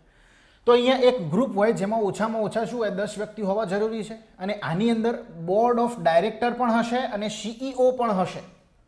અને આ CEOને વેતન પણ આપશે નાબાર્ડ. ભાઈ યાદ રાખજો, CEOને નાબાર્ડ દ્વારા વેતન પણ આપવામાં આવશે. નાબાર્ડ દ્વારા વેતન પણ આપવામાં આવશે. ખાસ યાદ રાખજો. આઈડિયા આવે છે? ચાલો, પછી જો વાત કરીએ તો સરકારી FPO સ્કીમ જે છે એની જો વાત કરીએ તો વર્ષ 1920 થી 2023 સુધી, વર્ષ 1920 થી 2023 સુધી 10,000 FPO જે છે બનાવવા માટે સરકારે એક સ્કીમ લાગુ કરી છે. અને આ FPOની સ્થાપના 5 વર્ષ સુધી અમલીકરણ એજન્સીઓની મદદથી કરવામાં આવશે. ક્લિયર છે? હવે કઈ કઈ અમલીકરણ એજન્સીઓ આની અંદર જે છે મદદ કરી રહી છે, સહાય કરી રહી છે, તો એ 3 અમલીકરણ એજન્સીઓની આપણે વાત કરીશું. એક છે small farmer agri business consortium, બીજી એજન્સી છે નેશનલ કોઓપરેટિવ ડેવલપમેન્ટ કોર્પોરેશન અને ત્રીજી છે નાબાર્ડ. આ ત્રણેય એજન્સીઓ એ તમે જો ફાર્મર પ્રોડ્યુસર ઓર્ગેનાઇઝેશન તમે તમારા ગામમાં બનાવો છો તો તમને શું થશે? આ ત્રણેય એજન્સીઓ જે છે તમારા જિલ્લામાંથી જે એમની જે એજન્સી આવેલી છે તમને શું કરશે? સહાય કરશે, મદદ કરશે. ક્લિયર છે? તો ટૂંકમાં આપણે સમજાશું તો કે ભાઈ 10 કે 10થી વધુ ખેડૂતો ભેગા મળી એક સંગઠન છે, એક સંગઠનનું રજિસ્ટ્રેશન કરાવે છે. એ રજિસ્ટ્રેશન કરાયા બાદ એને એક લીગલ એન્ટિટીનો દરજ્જો મળે છે, એક કાનૂની સંસ્થા બને છે. જે રીતે એક ઉત્પાદક કંપની હોય છે એ જ પ્રકારે આ એક ઉત્પાદક મંડળી, એક ઉત્પાદક સંગઠન આપણે કહી શકીશું. ક્લિયર છે? હવે આ જે એફપીઓ છે, ક્લિયર છે, એની અંદર બોર્ડ ઓફ ડાયરેક્ટર પણ હશે, બોર્ડ ઓફ ડાયરેક્ટર પણ હશે અને એની અંદર એક સીઈઓ પણ હશે. પણ એ સીઈઓ જે છે, બરાબર છે, એને અમુક લાયકાત હોવી જરૂરી છે, એને થોડો પ્રોફેશનલ હોવો જરૂરી છે. પ્લસ એ સીઈઓને સેલેરી પણ આપશે. કોણ આપશે? તો કે ભાઈ નાબાર્ડ આપશે. કોણ આપશે? નાબાર્ડ આપશે. આઈડિયા આવે છે? ક્લિયર થાય છે? પ્લસ આ એફપીઓની અંદર જે ખર્ચો થઈ રહ્યો છે, ઇનિશિયલ જે ખર્ચો થઈ રહ્યો છે, આ ઇનિશિયલ ખર્ચો 3 વર્ષ સુધી જે છે એ નાબાર્ડ તમને પૂરો પાડશે. 3 વર્ષનો ખર્ચો આ એજન્સીઓ દ્વારા જે છે આપવામાં આવશે. યાદ રાખજો, આ 3 વર્ષનો ખર્ચો આ એજન્સીઓ તમને પૂરો પાડશે. ક્લિયર છે? તો આપણે આ એફપીઓની વાત કરી. આના એક સેન્ટ્રલ સેક્ટર સ્કીમ છે, યાદ રાખો, કેન્દ્રીય પ્રાયોજિત યોજના છે. ઓકે, આના લાભ શું છે? આના લાભ શું છે? આના લાભ એ છે કે ભાઈ વ્યક્તિગત ઉત્પાદન ખેડૂત કરે છે અને સંગઠનના જે ખેડૂતો છે એની અંદર જે 200-500 ખેડૂતો જોડાયા છે એમની અંદર એમને દ્વારા જે ઉત્પાદન કરવામાં આવેલો માલ છે એની ક્વોન્ટિટીમાં ખૂબ જ ફરક હશે. એટલે કે એક સિંગલ ઇન્ડિવિડ્યુઅલ ફાર્મર છે એ વધુમાં વધુ 100 મણ, એટલે કે મણ એટલે એક મણના 20 કિલો, ક્લિયર છે? તો 100 મણ ઘઉં પેદા કરી શકશે. જ્યારે અહીંયા આ જે 100 થી 200 ખેડૂતો અહીંયા જોડાણા છે એ લોકો ઘાટ આવે તો 100 ટન ઘઉં ઉત્પાદન કરશે. તો આ 100 મણ માટે બાજુના શહેરમાંથી વેપારી એ ખરીદવા માટે પોતાના ઘરે નહીં આવે, પણ આ 100 ટન જે છે માલ ખરીદવા માટે વેપારી એ સંગઠનના સીઈઓને મળશે, કરાર કરશે અને આ 100 ટન જે છે એ ખરીદીને લઈ જશે. પ્લસ અહીંયા બીજો ફાયદો થયો કે આ ઘઉં જે છે અહીંયા થયા છે એને વેચવા માટે તમારે એપીએમસીમાં જવું પડશે યા તો કોઈ પણ જગ્યાએ જવું પડશે. હવે તો સરકારે બહાર પણ ધંધો કરવાની છૂટ આપી છે બીજી કંપનીઓ સાથે કરાર કરીને. તો અહીંયા તમે વેચવા જશો તો તમને ટ્રાન્સપોર્ટેશન ખર્ચ લાગશે, માર્કેટિંગ ખર્ચ લાગશે. તો આ બધા ખર્ચ લાગશે. અહીંયા તમારે કશું જ કરવાનું નથી. તમારું જે સંગઠન છે, તમારા સંગઠનનું જે ગોડાઉન છે ત્યાં આગળ તમારો માલ લાવીને મૂકો, રજિસ્ટ્રેશન કરાવો કે ભાઈ મેં 100 ટન ઘઉં અહીંયા મૂક્યા છે, કે મેં 50 ટન કે મેં 25 ટન ઘઉં જે છે અહીંયા મૂક્યા છે. જ્યારે વેપારી આ 100 ટનનો કરાર કરશે ત્યારે તમારો સીઈઓ જે છે તમારું પેમેન્ટ પછી કરી નાખશે. તો પ્લસ તમને ટ્રાન્સપોર્ટેશન ખર્ચો બચે છે, પ્લસ તમને અહીંયા ભાવ પણ વધારે મળશે. આઈડિયા આવે છે? કારણ કે તમારી જોડે શું છે? મજબૂત માલ છે. આઈડિયા આવે છે? તો આ બધા જે છે ફાયદો અહીંયા જોવા મળે છે. પ્લસ અહીંયા લણણી થયા પછી જે ઇન્ફ્રાસ્ટ્રક્ચરની જરૂર પડે છે, એટલે કે કોલ્ડ સ્ટોરેજ હોય કે પછી વેરહાઉસ હોય કે ગોડાઉન હોય, તો આ પ્રકારની જે છે સબસિડી જે છે એ ગ્રાન્ટ જે છે એ તમને આ જે અમલીકરણ એજન્સીઓ છે, બરાબર, એના દ્વારા પૂરી પાડવામાં આવશે. એટલે કે તમારું એફપીઓ દ્વારા એક ગોડાઉન પણ ઊભું કરી શકાય છે, એક વેરહાઉસ પણ ઊભું કરી શકાય છે. એટલે ઇન શોર્ટ કે જે વેપારીઓની મોનોપોલી બની ગઈ છે માર્કેટમાં, એને તોડવાનો અહીંયા પ્રયાસ કરવામાં આવી રહ્યો છે બાય ધીસ સ્કીમ. અને ખેતીની અંદર અહીંયા આધુનિક ટેકનોલોજીનો પણ ઉપયોગ કરી શકાશે. હવે કયા કયા ચેલેન્જીસ રહેલા છે એફપીઓની અંદર? આ તમારો એક મેઇન્સનો પણ પ્રશ્ન બની શકે છે કે ફાર્મર પ્રોડ્યુસર ઓર્ગેનાઇઝેશન અથવા તો ખેડૂત ઉત્પાદક સંગઠનો શું છે, બરાબર છે, અને ખેડૂત ઉત્પાદન સંગઠન થકી ખેડૂતોને મળતા જે લાભ છે એની ચર્ચા કરો, અથવા તો ખેડૂતોની આવક જે બમણી કરવાની છે એમાં આ સંગઠનો કેવી રીતે મદદરૂપ થઈ શકે છે, એના લાભ તથા ભારતમાં એના શું શું પડકારો છે એની ચર્ચા કરો. આવો કોઈ પણ પ્રશ્ન જે છે તમને પૂછાય મીન્સમાં તો પણ કામ આવી શકે છે. એના કયા કયા ચેલેન્જીસ છે એની જો વાત કરીએ તો પ્રોફેશનલ મેનેજમેન્ટનો અભાવ હોય છે અહીંયા. ઓબ્વિયસલી પ્રોફેશનલ મેનેજમેન્ટ તો ક્યાંથી હોવાનું? ખેડૂત છે બિચારો મજૂરી કરે છે 12 કલાક 14 કલાક, ક્લિયર છે? તો પ્રોફેશનલ હવે જો ભણ્યો જ હોત તો એ ખેતી જ ન કરે, સારી ઇન્સ્ટિટ્યૂટની અંદર કેમ મેનેજર ન બને? એને કંઈ શોખ નથી થતો? આઈડિયા આવે છે? તો પ્રોફેશનલ મેનેજમેન્ટનો અહીંયા અભાવ જોવા મળે છે, ઓબ્વિયસલી સ્વીકારવું પડશે. પછી છે ઇનએડિક્વેટ એક્સેસ ટુ ક્રેડિટ, એટલે કે એવા જ એફપીઓને જે છે એજન્સીઓ ફંડિંગ આપશે કે જેના સદસ્યોની સંખ્યા 500થી વધુ હોય. પ્રોબ્લેમ જ આ છે સરકારનો મોટો. કે મોટી મોટી વાતો તો કરી નાખે છે કે અમે આ આપીશું, મેં ફલાણું આપીશું, અમે ઢીંકણું આપીશું, પછી જે ટાઈમે લોકો એનો ફાયદો, એનો જ્યારે લાભ લેવા જાય છે ત્યારે એટલી વસ્તુઓ માગે છે કે આ લાવો, આધાર કાર્ડ લાવો, પાન કાર્ડ લાવો, રેશન કાર્ડ લાવો, રેશન કાર્ડમાં પણ તમારું નામ હોવું જોઈએ, તમારા નામમાં ભૂલ ના હોવી જોઈએ, કુમાર ના હોવું જોઈએ, બેન હોવું જોઈએ, ફલાણું ઢીંકણું કશું જ મળે નહીં, પછી છેવટે સરવાળે શૂન્ય મળે. આઈડિયા આવે છે? આવી ભૂલો આ શું છે? ઘોષણા કરી નાખવી છે પણ ડિલિવર કરવા માટે સરકાર ઈચ્છા શક્તિ હોવી જોઈએ. ઘોષણા કરવી અને ફાઇનલ ડિલિવરી કરવી એમાં રાત દિવસનો ફરક પડે છે ભાઈ. ક્લિયર છે? આપણે કોઈ સરકારના વિરોધમાં નથી બોલતા, જસ્ટ ક્રિટિસિઝમ છે આર્યો, અને એટલો તો હોવો જ જોઈએ. કોઈ બી સરકાર હોય, તમારે ન્યુટ્રલી અને ક્રિટિસિઝમ કરવાની એક ઈચ્છા શક્તિ તમારી અંદર થોડીક તો તમારે ઉદ્ભવ કરવો જ પડશે કે ભાઈ કોઈ પણ નીતિ છે એના પોઝિટિવ વ્યૂ તો ઘણા બધા છે. જેમ કે સરકારે ઘણી બધી સારી એવી યોજનાઓ બહાર પાડી છે, જેમ કે આપણે કહીએ તો મોદી કેર યોજના છે. ક્લિયર છે? તો આ બધી યોજનાઓ સારી જ છે ભાઈ. ક્લિયર છે? એનું આપણે સ્વીકારીએ છીએ, પણ અમુક યોજનાઓ છે એને ક્રિટિસિઝમ કરવો પણ જરૂરી છે. ક્લિયર છે? ઓકે. પછી જો વાત કરીએ તો ટકાઉ એફપીઓના વિકાસ માટે બજાર સાથે લિંકેજ હોવું ખાસ જરૂરી છે.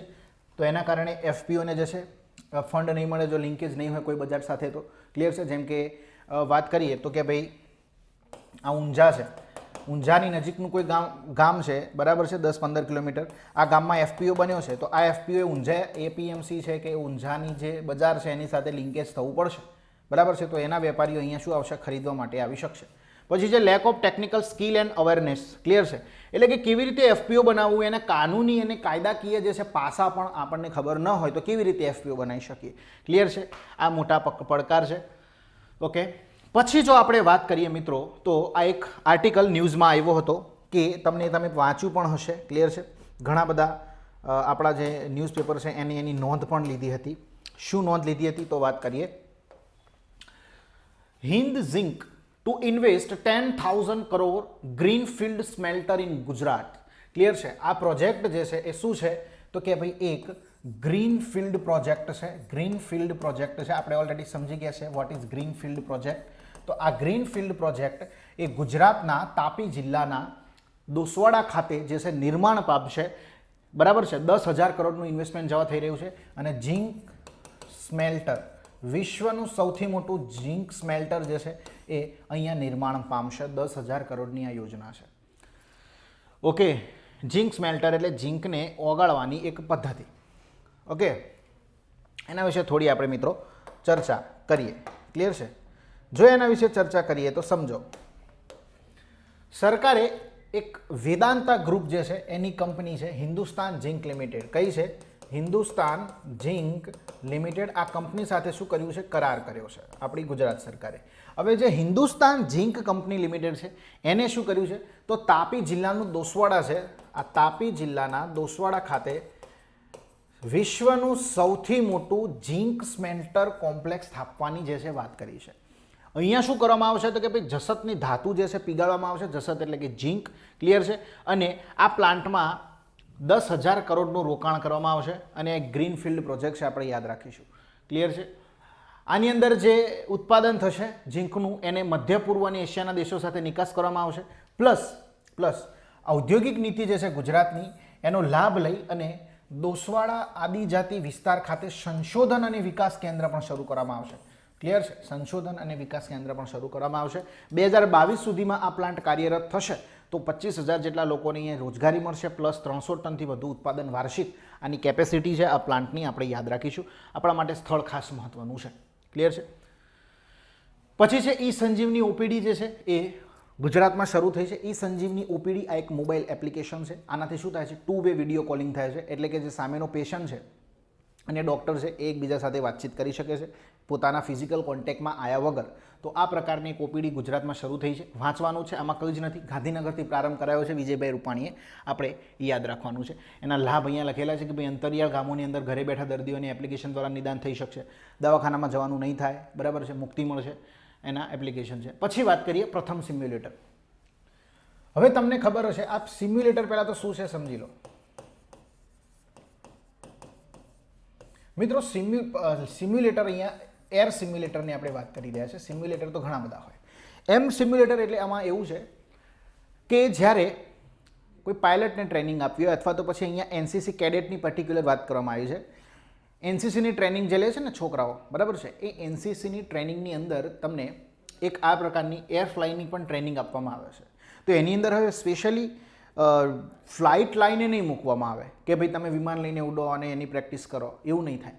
એના માટે આ એક સિમ્યુલેટર તૈયાર કરવામાં આવ્યું છે.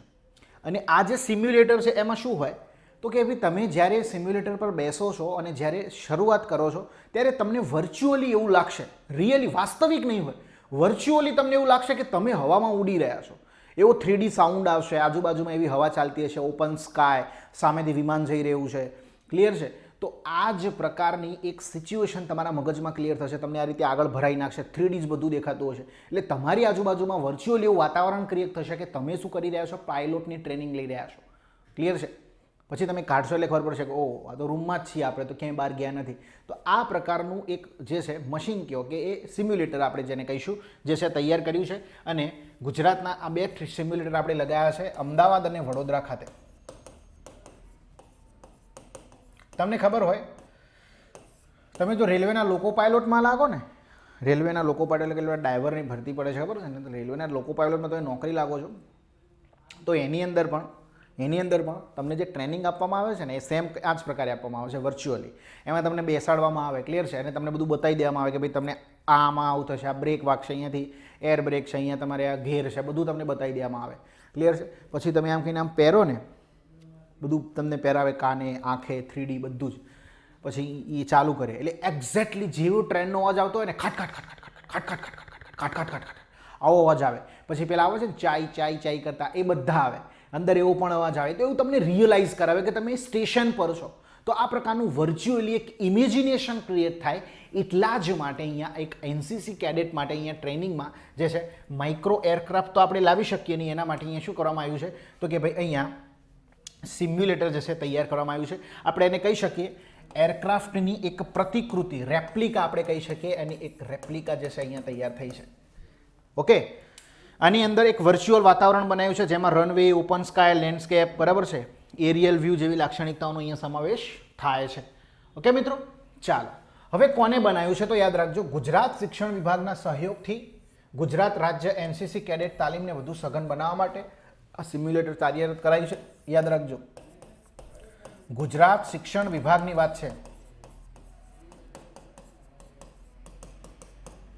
પ્રથમવાર ગુજરાતમાં અમદાવાદ અને વડોદરામાં 2 ફ્લાઇટ સિમ્યુલેટર કાર્યરત થયા છે. આપણે યાદ રાખજો, ક્લિયર છે. એટલે કે વાસ્તવિક અહીંયા લખ્યું જ છે, જો વાસ્તવિક ઉડાન તમે કરો છો કોઈ ફ્લાઇટમાં અને જે કંટ્રોલ્સ આપવાના હોય છે એવા સેમ કંટ્રોલ અહીંયા વર્ચ્યુઅલી જે છે એ જે કેડેટ્સ બેઠો છે, જે વ્યક્તિ બેઠો છે એ આપશે, ક્લિયર છે, પણ વર્ચ્યુઅલી આપશે, રિયલમાં નહીં.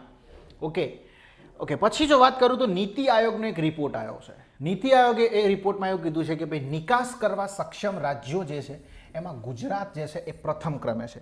નિકાસ કરવા સક્ષમ રાજ્યોમાં ગુજરાત પ્રથમ ક્રમે છે, આવું મને કીધું નીતિ આયોગના રિપોર્ટમાં આવ્યું છે. ઓકે, દેશની કુલ નિકાસ છે એમાં 70% હિસ્સો 5 રાજ્યોનો છે, ગુજરાત, મહારાષ્ટ્ર, કર્ણાટક અને તમિલનાડુ. અને અહીંયા એક સૂચકાંક આવ્યો છે નીતિ આયોગનો કે ભાઈ એક્સપોર્ટ પ્રિપેર્ડનેસ ઇન્ડેક્સ એટલે કે નિકાસ તત્પરતા સૂચકાંક 2020 જાહેર થયો છે. અને આની અંદર જણાવવામાં આવ્યું છે કે ગુજરાત પ્રથમ ક્રમે છે, ક્લિયર છે. એક્સપોર્ટ પ્રિપેર્ડનેસ ઇન્ડેક્સ અંતર્ગત ગુજરાત પ્રથમ ક્રમે છે. અને આ ઇન્ડેક્સ શું બતાવે છે તો ઇન્ડેક્સ બતાવે છે કે ભાઈ રાજ્યમાં નિકાસને વૃદ્ધિ કરવા માટે, આ નિકાસની વૃદ્ધિ કરવા માટે રાજ્યની અંદર કેટલી સુવિધા ઉપલબ્ધ છે, શું સુવિધા ઉપલબ્ધ છે, તો એના માટેની માહિતી આ ઇન્ડેક્સ જે છે આપે છે. ઓકે, પછી આપણે વાત કરીએ મિત્રો તો અમદાવાદ સિટી છે, એ અમદાવાદ સિટીને 2 એવોર્ડ મળ્યા છે. એક best parking, best smart parking અને બેસ્ટ સ્ટ્રીટ લાઇટ પ્રોજેક્ટ માટેનો અહીંયા અમદાવાદ સિટીને શું મળ્યો છે, એવોર્ડ મળ્યો છે. આ 2 એવોર્ડ કોને મળ્યા છે તો ભાઈ અમદાવાદ સિટીને મળ્યા છે. બેસ્ટ સ્માર્ટ પાર્કિંગ અને બેસ્ટ સ્ટ્રીટ લાઇટ પ્રોજેક્ટનો એવોર્ડ મળ્યો છે, ક્લિયર છે. ET government smart cities forum, આ એક ફોરમ યોજાઈ હતી, ક્લિયર છે, સમિટ, એની અંદર અમદાવાદના આ પ્રોજેક્ટની પસંદગી થઈ છે. અને અમદાવાદની અંદર 15 જેટલા લોકેશન પર આ પ્રકારનું સ્માર્ટ પાર્કિંગ કાર્યરત છે, ક્લિયર છે, પણ હજુ 125થી લોકેશન પર કાર્યરત કરવામાં આવશે. આ બધા સ્મોલ ન્યૂઝ છે જેની આપણે યાદ રાખીશું. હવે તમને ખબર હશે કે ગુજરાતની અંદર વિશ્વનું સૌથી મોટું પ્રાણી સંગ્રહાલય બનવા જઈ રહ્યું છે. ક્યાં આગળ તો કે ભાઈ જામનગર ખાતે. તો જામનગર ખાતે જે છે એ રિલાયન્સ ઇન્ડસ્ટ્રીના સહયોગથી જામનગરમાં 280 એકરમાં આ ઉદ્યાન બનશે, પ્રાણી સંગ્રહાલય બનશે. અહીંયા પ્રાણી સંગ્રહાલયની સાથે સાથે રેસ્ક્યુ અને રિહેબિલિટેશન જે છે એ પણ તૈયાર થશે. એટલે કે જે પણ પ્રાણીઓ નરભક્ષી બની જાય છે, માનવ સાથે એમનો જે છે વધી જાય છે ટકરાવ, ત્યારે એમને ઉઠાઈને મૂકી દેવાના, ત્યાં આગળ પુનર્વસન કરાવવાના અને એમને રેસ્ક્યુ સેન્ટરમાં મૂકવાના. ક્લિયર છે? ઠંડા પાડવાના. કુલ હો જાઓ. ક્લિયર છે? બરાબર. તો આ પ્રાણી બધા જ લોકો માટે જે છે ખુલ્લું રહેશે પ્રાણી સંગ્રહાલય, અને વિશ્વના સર્વશ્રેષ્ઠ પ્રાણીઓ જે છે આ સંગ્રહાલયમાં લાવવામાં આવશે. અને આ પણ રિલાયન્સ ઇન્ડસ્ટ્રી લિમિટેડનો એક અહીંયા કોર્પોરેટ સોશિયલ રિસ્પોન્સિબિલિટીનો એક ભાગ છે. એને પણ પોતાના પ્રોફિટમાંથી જે 2% આપવાનું હોય છે એ એને અહીંયા જે છે આપ્યું છે. અને અહીંયા વિશ્વનું સૌથી મોટું સંગ્રહાલય અહીંયા બનશે. ક્લિયર છે? આપણે વાત કરી તો ગુજરાતનું કરંટ અફેર મિત્રો અહીંયા આપણે મહત્વનું જે છે મૂક્યું છે. પ્લસ હજુ તમને જે ફાઇનલ શોટ જે છે, એક્સ્ટ્રા શોટ તરીકે એક PDF હું આપવાનો છું, એની અંદર પણ થોડુંક હજુ જે છે મહત્વનું મને લાગે છે, એનું હજુ થોડુંક ટાઈપિંગ ચાલુ છે. હું ફટાફટ એ લોકોને લખીને આપું છું કન્ટેન્ટ. ક્લિયર છે? એ લોકો ટાઈપિંગ કરે છે અને તમને જે છે એક્ઝામ પહેલાં જે છે બેસ્ટ PDF મળશે. પ્લસ આ કરંટ અફેર્સ તો ખરું જ. ક્લિયર છે? વાંચીને જાજો બેનિફિટ થશે. ક્લિયર છે?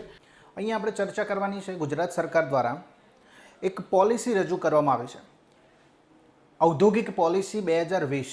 ઓકે, અહીં તમે ટાઇટલ જોઈ રહ્યા છો, ઇન્ડસ્ટ્રીયલ પોલિસી 2020. છેલ્લે એક પોલિસી સરકાર દ્વારા વર્ષ 2015ની અંદર રજૂ કરવામાં આવી હતી.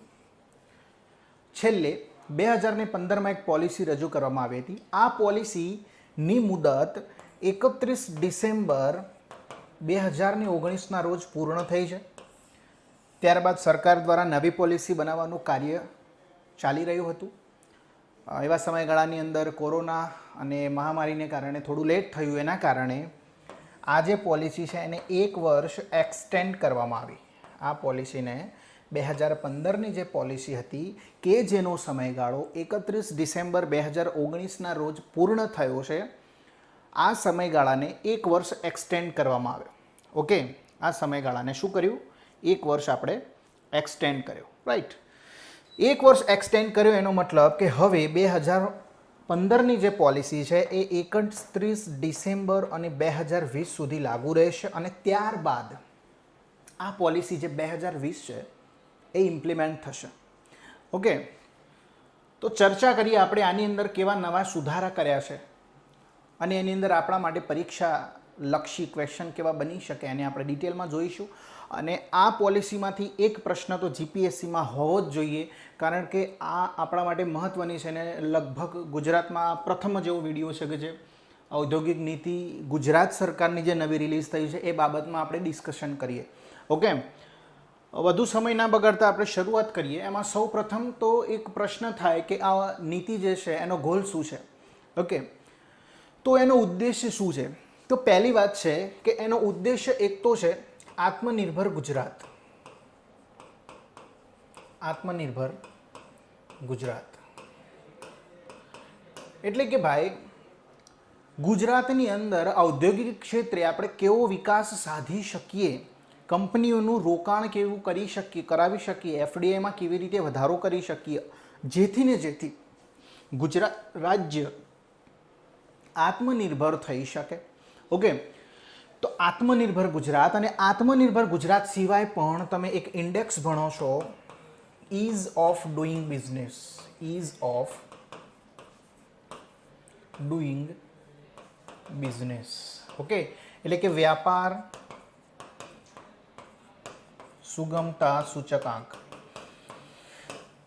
આનો મતલબ થાય કે કોઈ રાજ્ય કે કોઈ દેશ એ બિઝનેસ એન્ટરપ્રિન્યોર્સ જે પણ છે એને કયા કયા પ્રકારની ફેસિલિટી પ્રોવાઈડ કરી રહ્યું છે. એને એક ઔદ્યોગિક પાર્ક હોય કે એક ઇન્ડસ્ટ્રી હોય નાખવા માટે એને કેટલી પરમિશન લેવી પડે છે, અને એ પરમિશન થ્રુ એને જે ઇન્ડસ્ટ્રીનું સ્થાપવાનો રસ્તો છે એ કેટલો સરળ છે, એના પોઈન્ટ ઓફ વ્યૂથી આંતરરાષ્ટ્રીય સ્તરે આ એક સૂચકાંક છે, આ ઇન્ડેક્સ છે. આ ઇન્ડેક્સમાં રેન્ક આપવામાં આવતો હોય છે. તો ગુજરાતની જે આ ઇન્ડસ્ટ્રીયલ પોલિસી છે એનો એક ઉદ્દેશ આ પણ રહેલો છે કે વ્યાપાર સુગમતા સૂચકાંકમાં આપણા ગુજરાત રાજ્યનું સ્ટેટસ એ ઉપર લઈ જવું, રેન્કમાં આગળ વધવું, ક્રમમાં આગળ વધવું. ઓકે, તો આપણે ઇન ડેપ્થ ચર્ચા કરીએ પહેલાં જૂની જે પોલિસી હતી 2015ની પોલિસીની અંદર સરકાર દ્વારા જે પણ ઉદ્દેશ્ય રાખવામાં આવેલા હતા એમાંનું કેટલુંક આકલન, કેટલુંક મૂલ્યાંકન, કેટલુંક એસેસમેન્ટ આપણે જોવાનું છે કે એની અંદરથી આપણે શું એચીવ કર્યું. ઓકે, તો કેટલીક આંકડાકીય માહિતી આગળ હું તમારી સમક્ષ મૂકવાનો છું. અને બીજું ખાસ આપણે ભણી રહ્યા છે પોલિસી, હું એક ઓથેન્ટિકેટ સોર્સ પરથી તમને માહિતી આપી રહ્યો છું. માહિતી તમને ગમે કે ના ગમે પણ આપણે એક્સેપ્ટ કરવાની જ છે, કારણ કે એ સરકાર દ્વારા અપાયેલી છે અને આપણે એક્સેપ્ટ કરવાની છે, કારણ કે આપણે બહુ પ્રેક્ટિકલી અને પોલિટિકલી ના વિચારતા આપણે આપણા એક્ઝામલક્ષી પોઈન્ટ ઓફ વ્યૂથી વિચારીશું દરેક માહિતીને, દરેક સંદર્ભમાં. પછી બેરોજગારીનો હોય, પ્રોડક્શનનો હોય કે જીડીપીનો હોય, આપણે ફક્ત ને ફક્ત આપણું ફોકસ એ એક્ઝામલક્ષી કન્ટેન્ટ પર હોવું જોઈએ. બીજા કોઈ પણ પોલિટિકલ એમાં આંકડા પર જવાનું નથી. ઓકે, આ તમને મેં ફર્સ્ટ કીધું. તમારી સમક્ષ એક શબ્દ મૂક્યો છે industrial entrepreneur memorandum. Industrial entrepreneur મેમોરેન્ડમનો મતલબ થાય, ઇન્ડસ્ટ્રીયલ એટલે ઔદ્યોગિક, સાહસિક મેમોરેન્ડમ એટલે કે એવા સાહસિકો જે રોકાણ કરી રહ્યા છે ગુજરાત રાજ્યની અંદર, રોકાણ માટેના એક એવા એગ્રીમેન્ટ થયા છે જેને જનરલી આપણે મેમોરેન્ડમ ઓફ અન્ડરસ્ટેન્ડિંગમાં તમે કહેતા હોવ છો, બરાબર. તો રોકાણ જે છે, રોકાણ માટેના, ઔદ્યોગિક રોકાણ માટેના જે મેમોરેન્ડમ થયા છે એમાં ગુજરાત પ્રથમ ક્રમે છે. આવું આ પોલિસીમાં લખ્યું છે. 2015ની પોલિસીનું આપણે મૂલ્યાંકન કરીશું, ત્યારબાદ 2020ની પોલિસીમાં શું સુધારા કર્યા છે એનું ડિટેલમાં ચર્ચા કરીશું. ઓકે, તો ગુજરાત એ પ્રથમ ક્રમે છે. શેમાં? ઇન્ડસ્ટ્રીયલ એન્ટરપ્રિન્યોર મેમોરેન્ડમની બાબતમાં. દેશના જેટલા પણ IEM ઇન્ડસ્ટ્રીયલ એન્ટરપ્રિન્યોર મેમોરેન્ડમ થયા છે એના કુલ 51% જેટલા તો ખાલી ગુજરાતમાં થયા છે. આપણે યાદ રાખીશું, રાઈટ. પછી તમને વાત કરું તો વૃદ્ધિ કેટલી થઈ છે આગળના વર્ષના સંદર્ભમાં. આ વર્ષ એટલે કે વર્ષ 2019-20ની હું વાત કરી રહ્યો છું, બરાબર. નાણાકીય વર્ષ 2019-20માં IEM ઇન્ડસ્ટ્રીયલ એન્ટરપ્રિન્યોર મેમોરેન્ડમમાં વૃદ્ધિ કેટલી થઈ છે?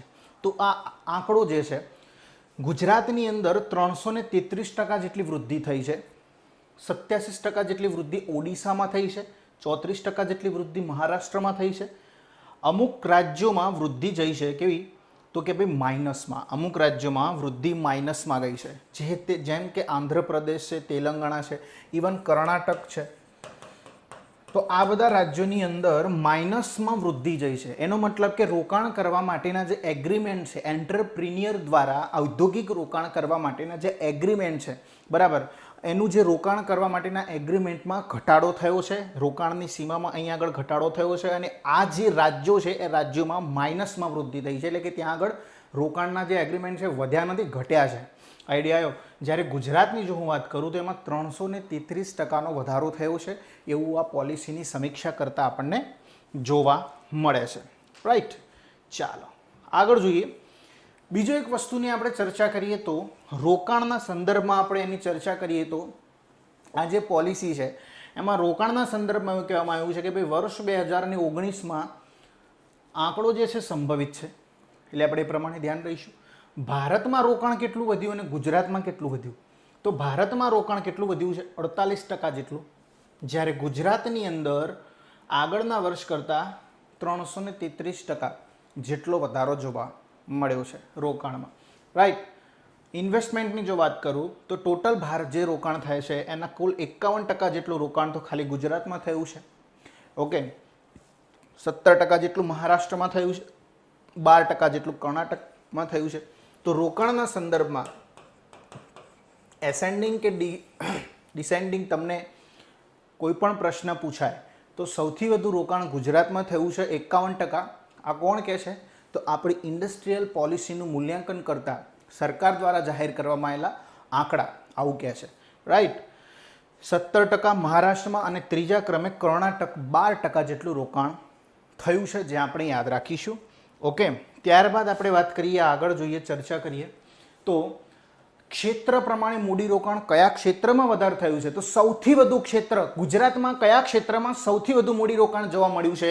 તો કેમિકલ ક્ષેત્ર લખીશું, બીજા નંબરે લખીશું ટેક્સટાઇલ એટલે કે કાપડ ઉદ્યોગ, ત્રીજામાં પ્લાસ્ટિક અને રબર, ચોથું છે સિરામિક અને 7%, એટલે કે પાંચમું છે પણ તમારે અહીંયા સુધી યાદ નહીં રાખો તો પણ ચાલશે. 7%માં ઉર્જામાં 7%, ઓટોમોબાઈલ અને ઓટો પાર્ટ્સ, ધાતુ ઉદ્યોગ, કૃષિ સંબંધિત ઉદ્યોગો જે પણ છે એની અંદર 7% જેટલું ઇન્વેસ્ટમેન્ટ જોવા મળ્યું છે. પણ આપણે પ્રથમ 3 તો યાદ રાખવાના જ છે. ગુજરાતમાં સૌથી વધુ રોકાણ કયા ક્ષેત્રમાં જોવા મળ્યું? તો કેમિકલ ક્ષેત્રની અંદર, બીજા નંબરે કાપડ અને ત્રીજા નંબરે પ્લાસ્ટિક અને રબર. આ 3 એસેન્ડિંગ કે ડિસેન્ડિંગ કોઈ બી ઓર્ડરની અંદર જીપીએસસી પ્રશ્ન પૂછે છે તો આપણે યાદ રાખવાનું છે, બરાબર, ખાસ. ઓકે, નેક્સ્ટ જોઈએ એફડીઆઈની જો આપણે ચર્ચા કરીએ, foreign direct investment. Okay, foreign direct ઇન્વેસ્ટમેન્ટની જો આપણે વાત કરીએ તો 2019-20માં ગત વર્ષ કરતાં 240% જેટલી વૃદ્ધિ થઈ છે. એફડીઆઈ એટલે તમને ખબર હશે જનરલી ફોરેન ડાયરેક્ટ ઇન્વેસ્ટમેન્ટ, જે ઇન્વેસ્ટમેન્ટ થઈ રહ્યા હોય છે, જે રોકાણ થઈ રહ્યા હોય છે.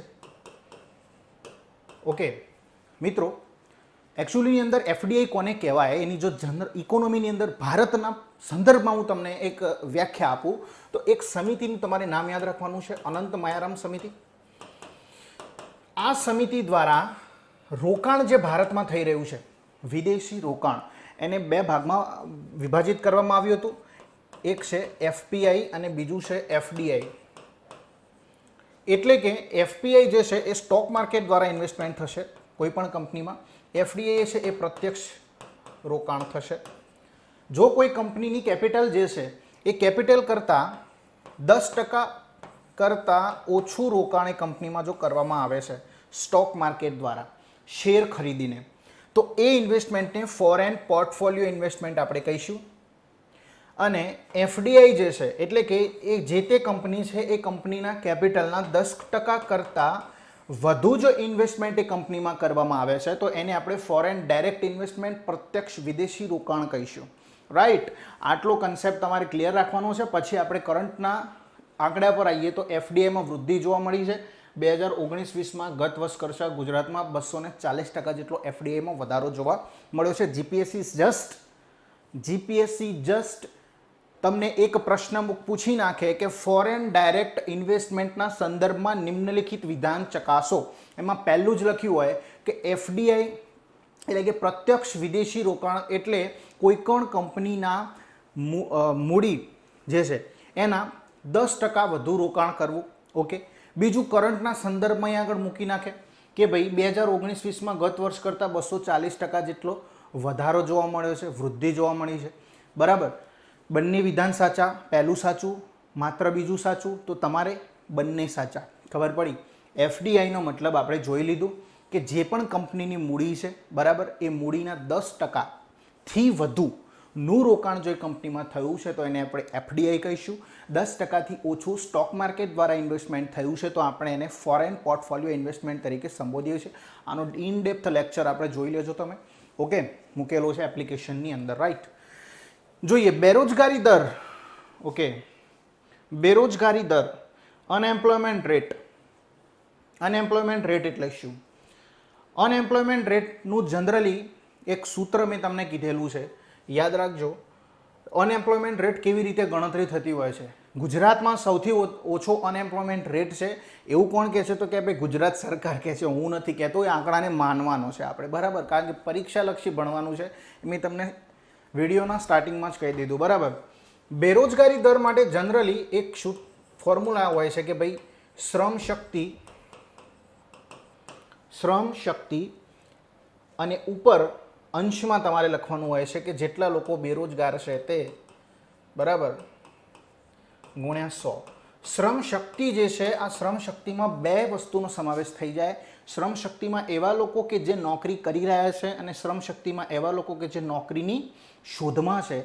આ બંનેનો સરવાળો કરશો એટલે તમને શ્રમ શક્તિ મળે, બરાબર. અને આમાંથી બેરોજગાર લોકો દર 1000 કેટલા છે એનું આપણે જો તમે કેલ્ક્યુલેશન કાઢો તો તમને બેરોજગારી દર મળે. આ પ્રકારનું સૂત્ર જનરલી યુઝ થતું હોય છે. ઓકે, તો આપણે ચર્ચા કરી બેરોજગારી દરની.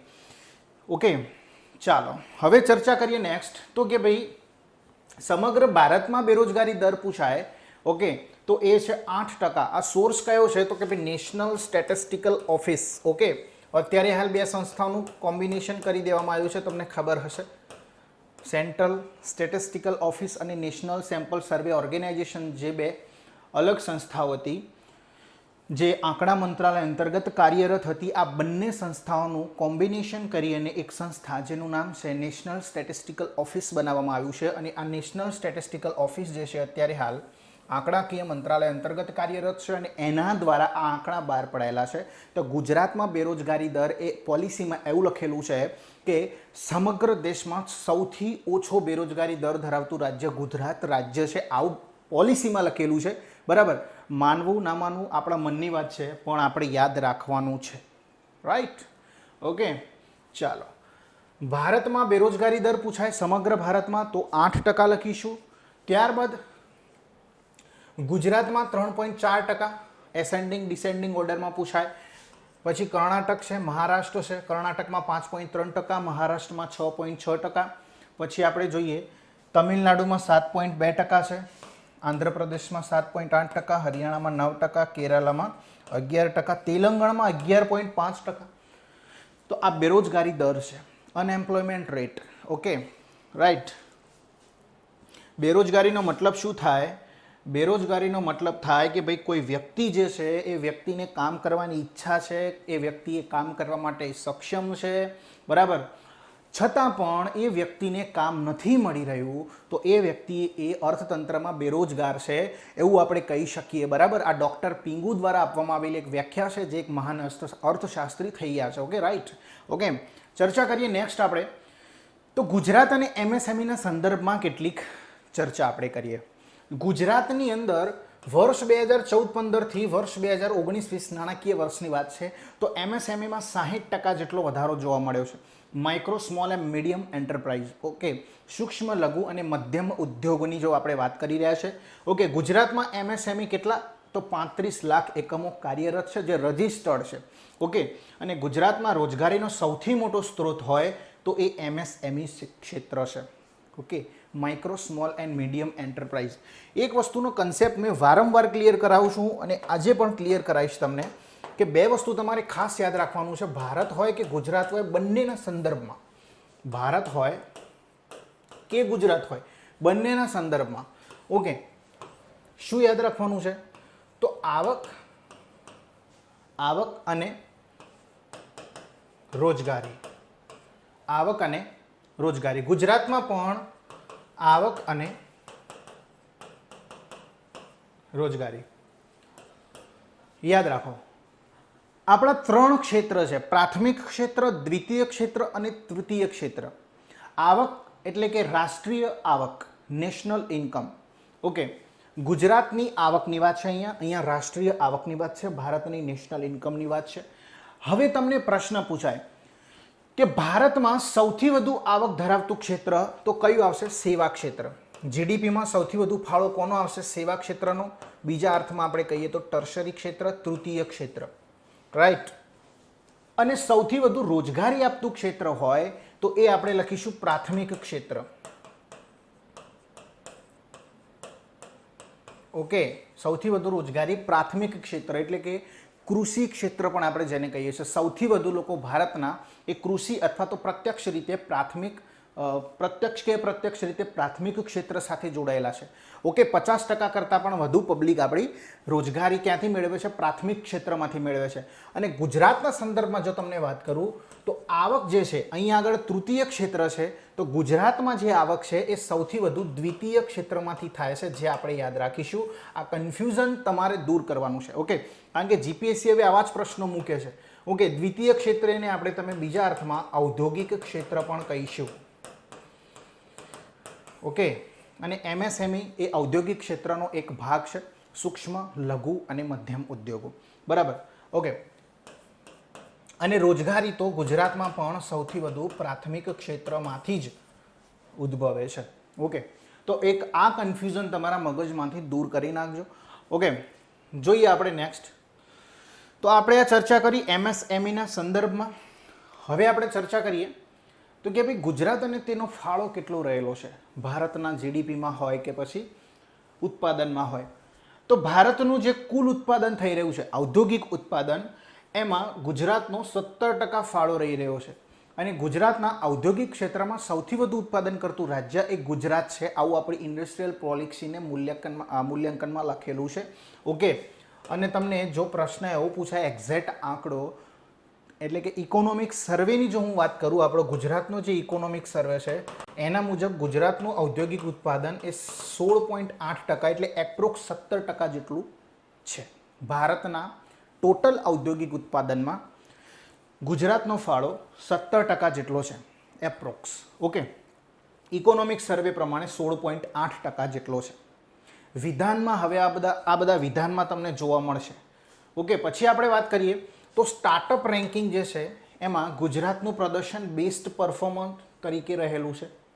બેસ્ટ પરફોર્મર તરીકે રહેલું છે.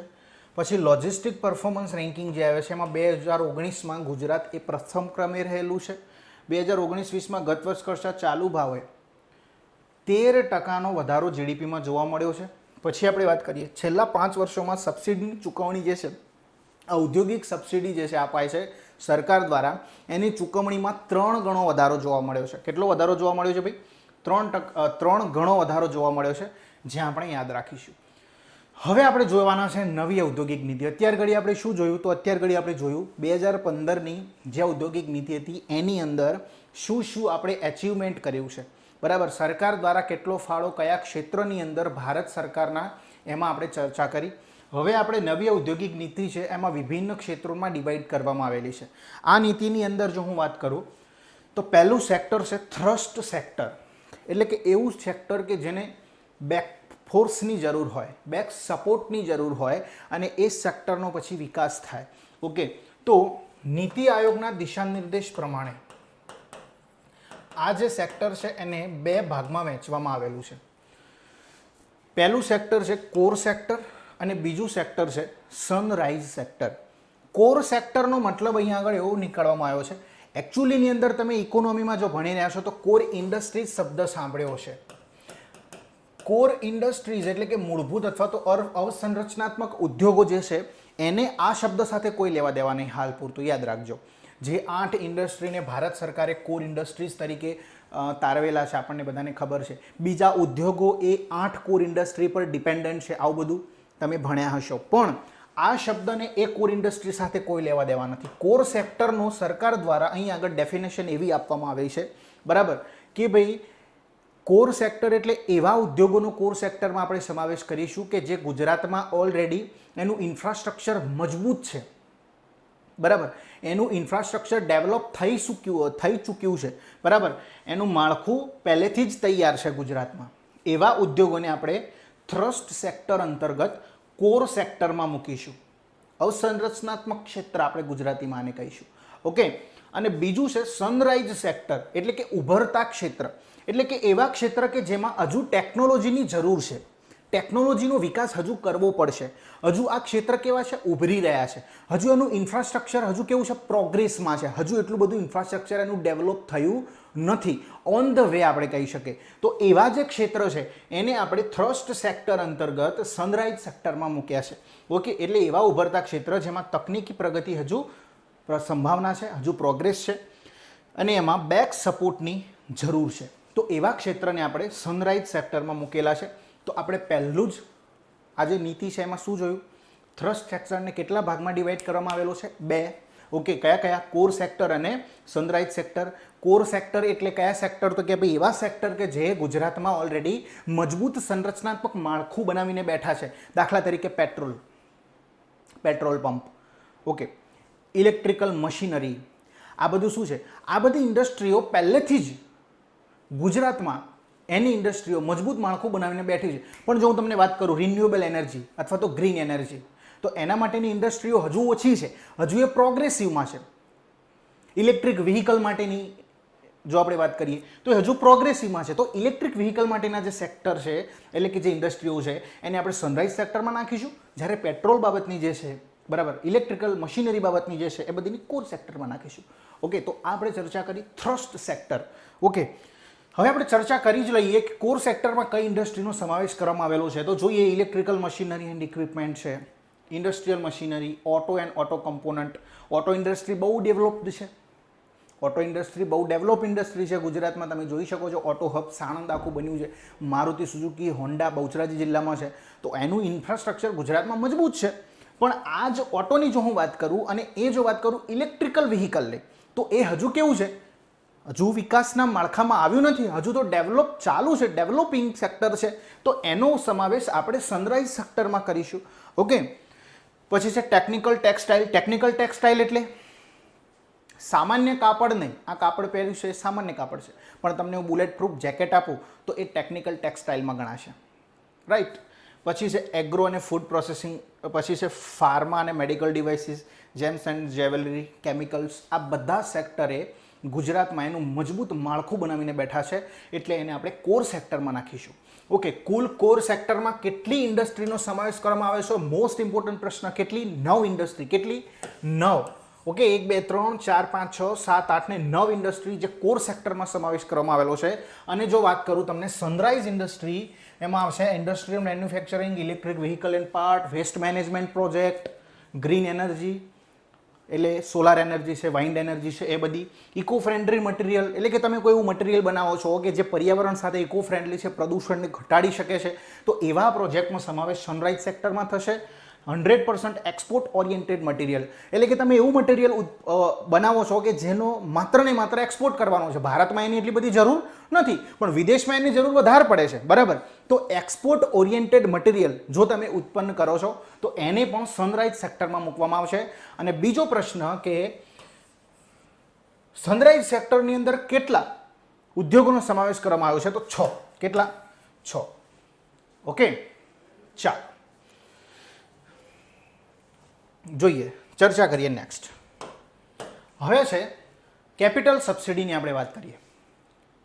કેપિટલ સબસિડી મોટા ઉદ્યોગો સ્થાપવા માટે જે મૂડીપાત્ર રોકાણ છે, મૂડીપાત્ર રોકાણ છે, બરાબર, ફાઇનાન્શિયલ કેપિટલ ઇન્વેસ્ટમેન્ટ જેને આપણે કહીએ છીએ, તો એ મૂડીપાત્ર રોકાણના 12% જેટલી રકમ તમને સબસિડી તરીકે પ્રાપ્ત થશે. પછી જો વાત કરું એમાં પણ 3 કેટેગરી પાડવામાં આવેલી છે અને 2 ભાગમાં એ સેક્ટરને વહેંચવામાં આવેલા છે. થ્રસ્ટ સેક્ટર આપણે ઓલરેડી જોઈ લીધું છે, એમાં પણ 2 સેક્ટર ભાગ પાડેલા છે, કોર સેક્ટર અને સનરાઈઝ સેક્ટર આપણે ઓલરેડી ચર્ચા કરી. એ સિવાયના કેટલાક જનરલ સેક્ટરમાં ઉદ્યોગોને મૂકેલા છે, બરાબર, અને 3 કેટેગરીમાં પાર્ટ પાડેલા છે. તો પ્રથમ કેટેગરી અંતર્ગત જનરલ સેક્ટરના જે ઉદ્યોગો છે એને મૂડીપાત્ર રોકાણના જેટલું કેપિટલ ઇન્વેસ્ટમેન્ટ અંદર થયું છે એ ઇન્વેસ્ટમેન્ટના 10% જેટલી સબસિડી જનરલ સેક્ટર કેટેગરી 1માં આવતા ઉદ્યોગોને મળશે. એ જ રીતે થ્રસ્ટ સેક્ટરમાં જે ઉદ્યોગો આવે છે બંને, પછી કોર પણ આવી ગયા અને સનરાઈઝ પણ આવી ગયા, તો એમને 12%, 2% વધુ આના કરતાં શું મળશે? સબસિડી મળશે. એ જ રીતે કેટેગરી 2માં જે ઉદ્યોગો આવેલા છે, ઓકે, તો એમને મૂડીપાત્ર રોકાણના 8% અને થ્રસ્ટ ઉદ્યોગોને 10%. અને ત્રીજી કેટેગરીમાં જે છે એમને મૂડીપાત્ર એટલે કે કેપિટલ ઇન્વેસ્ટમેન્ટના 4% અને થ્રસ્ટ સેક્ટરમાં હોય તો 6%. આ પ્રકારના 3 કેટેગરીમાં વહેંચવામાં આવેલા છે જનરલ સેક્ટર અને થ્રસ્ટ સેક્ટરના ઉદ્યોગો. ઓકે. તો આ પ્રકારે સબસિડી મળશે તમને. અને બીજી જો તમને વાત કરું ખાસ તો ઇલેક્ટ્રિક ડ્યુટી જે છે, નવા જે પણ ઉદ્યોગો સ્થપાય છે એમને 5 વર્ષ માટે ઇલેક્ટ્રિસિટી ડ્યુટીમાંથી મુક્તિ અપાય છે. 5 વર્ષ માટે. કેટલા વર્ષ માટે? આ પ્રશ્ન પૂછાય. કેટલા વર્ષમાં છે? 5 વર્ષ માટે ઇલેક્ટ્રિસિટી ડ્યુટીમાંથી મુક્તિ અપાઈ છે. મોટા ઉદ્યોગોને કેટલી? 12% સબસિડી તમારા ઇન્વેસ્ટમેન્ટની. ત્યારબાદ આપણે વાત કરીએ તો કેટલી કેટેગરીમાં વહેંચવામાં આવ્યા છે સબસિડી માટે? 3 કેટેગરીમાં. જનરલ સેક્ટરમાં પ્રથમ કેટેગરીમાં આવતા હોય તો 10%, બીજી કેટેગરીમાં જે જનરલ સેક્ટરના ઉદ્યોગો છે એને 8%, ત્રીજી કેટેગરીમાં આવતા હોય તો 4%. એ જ રીતે થ્રસ્ટ સેક્ટરમાં પહેલી કેટેગરીમાં આવતા ઉદ્યોગોને 12%, બીજી કેટેગરીમાં આવતા 10%, ત્રીજી કેટેગરીમાં આવતા હોય તો 6%. આ પ્રકારની સબસિડી મળવાપાત્ર છે કેપિટલ સબસિડી. ચાલો જોઈએ નેક્સ્ટ.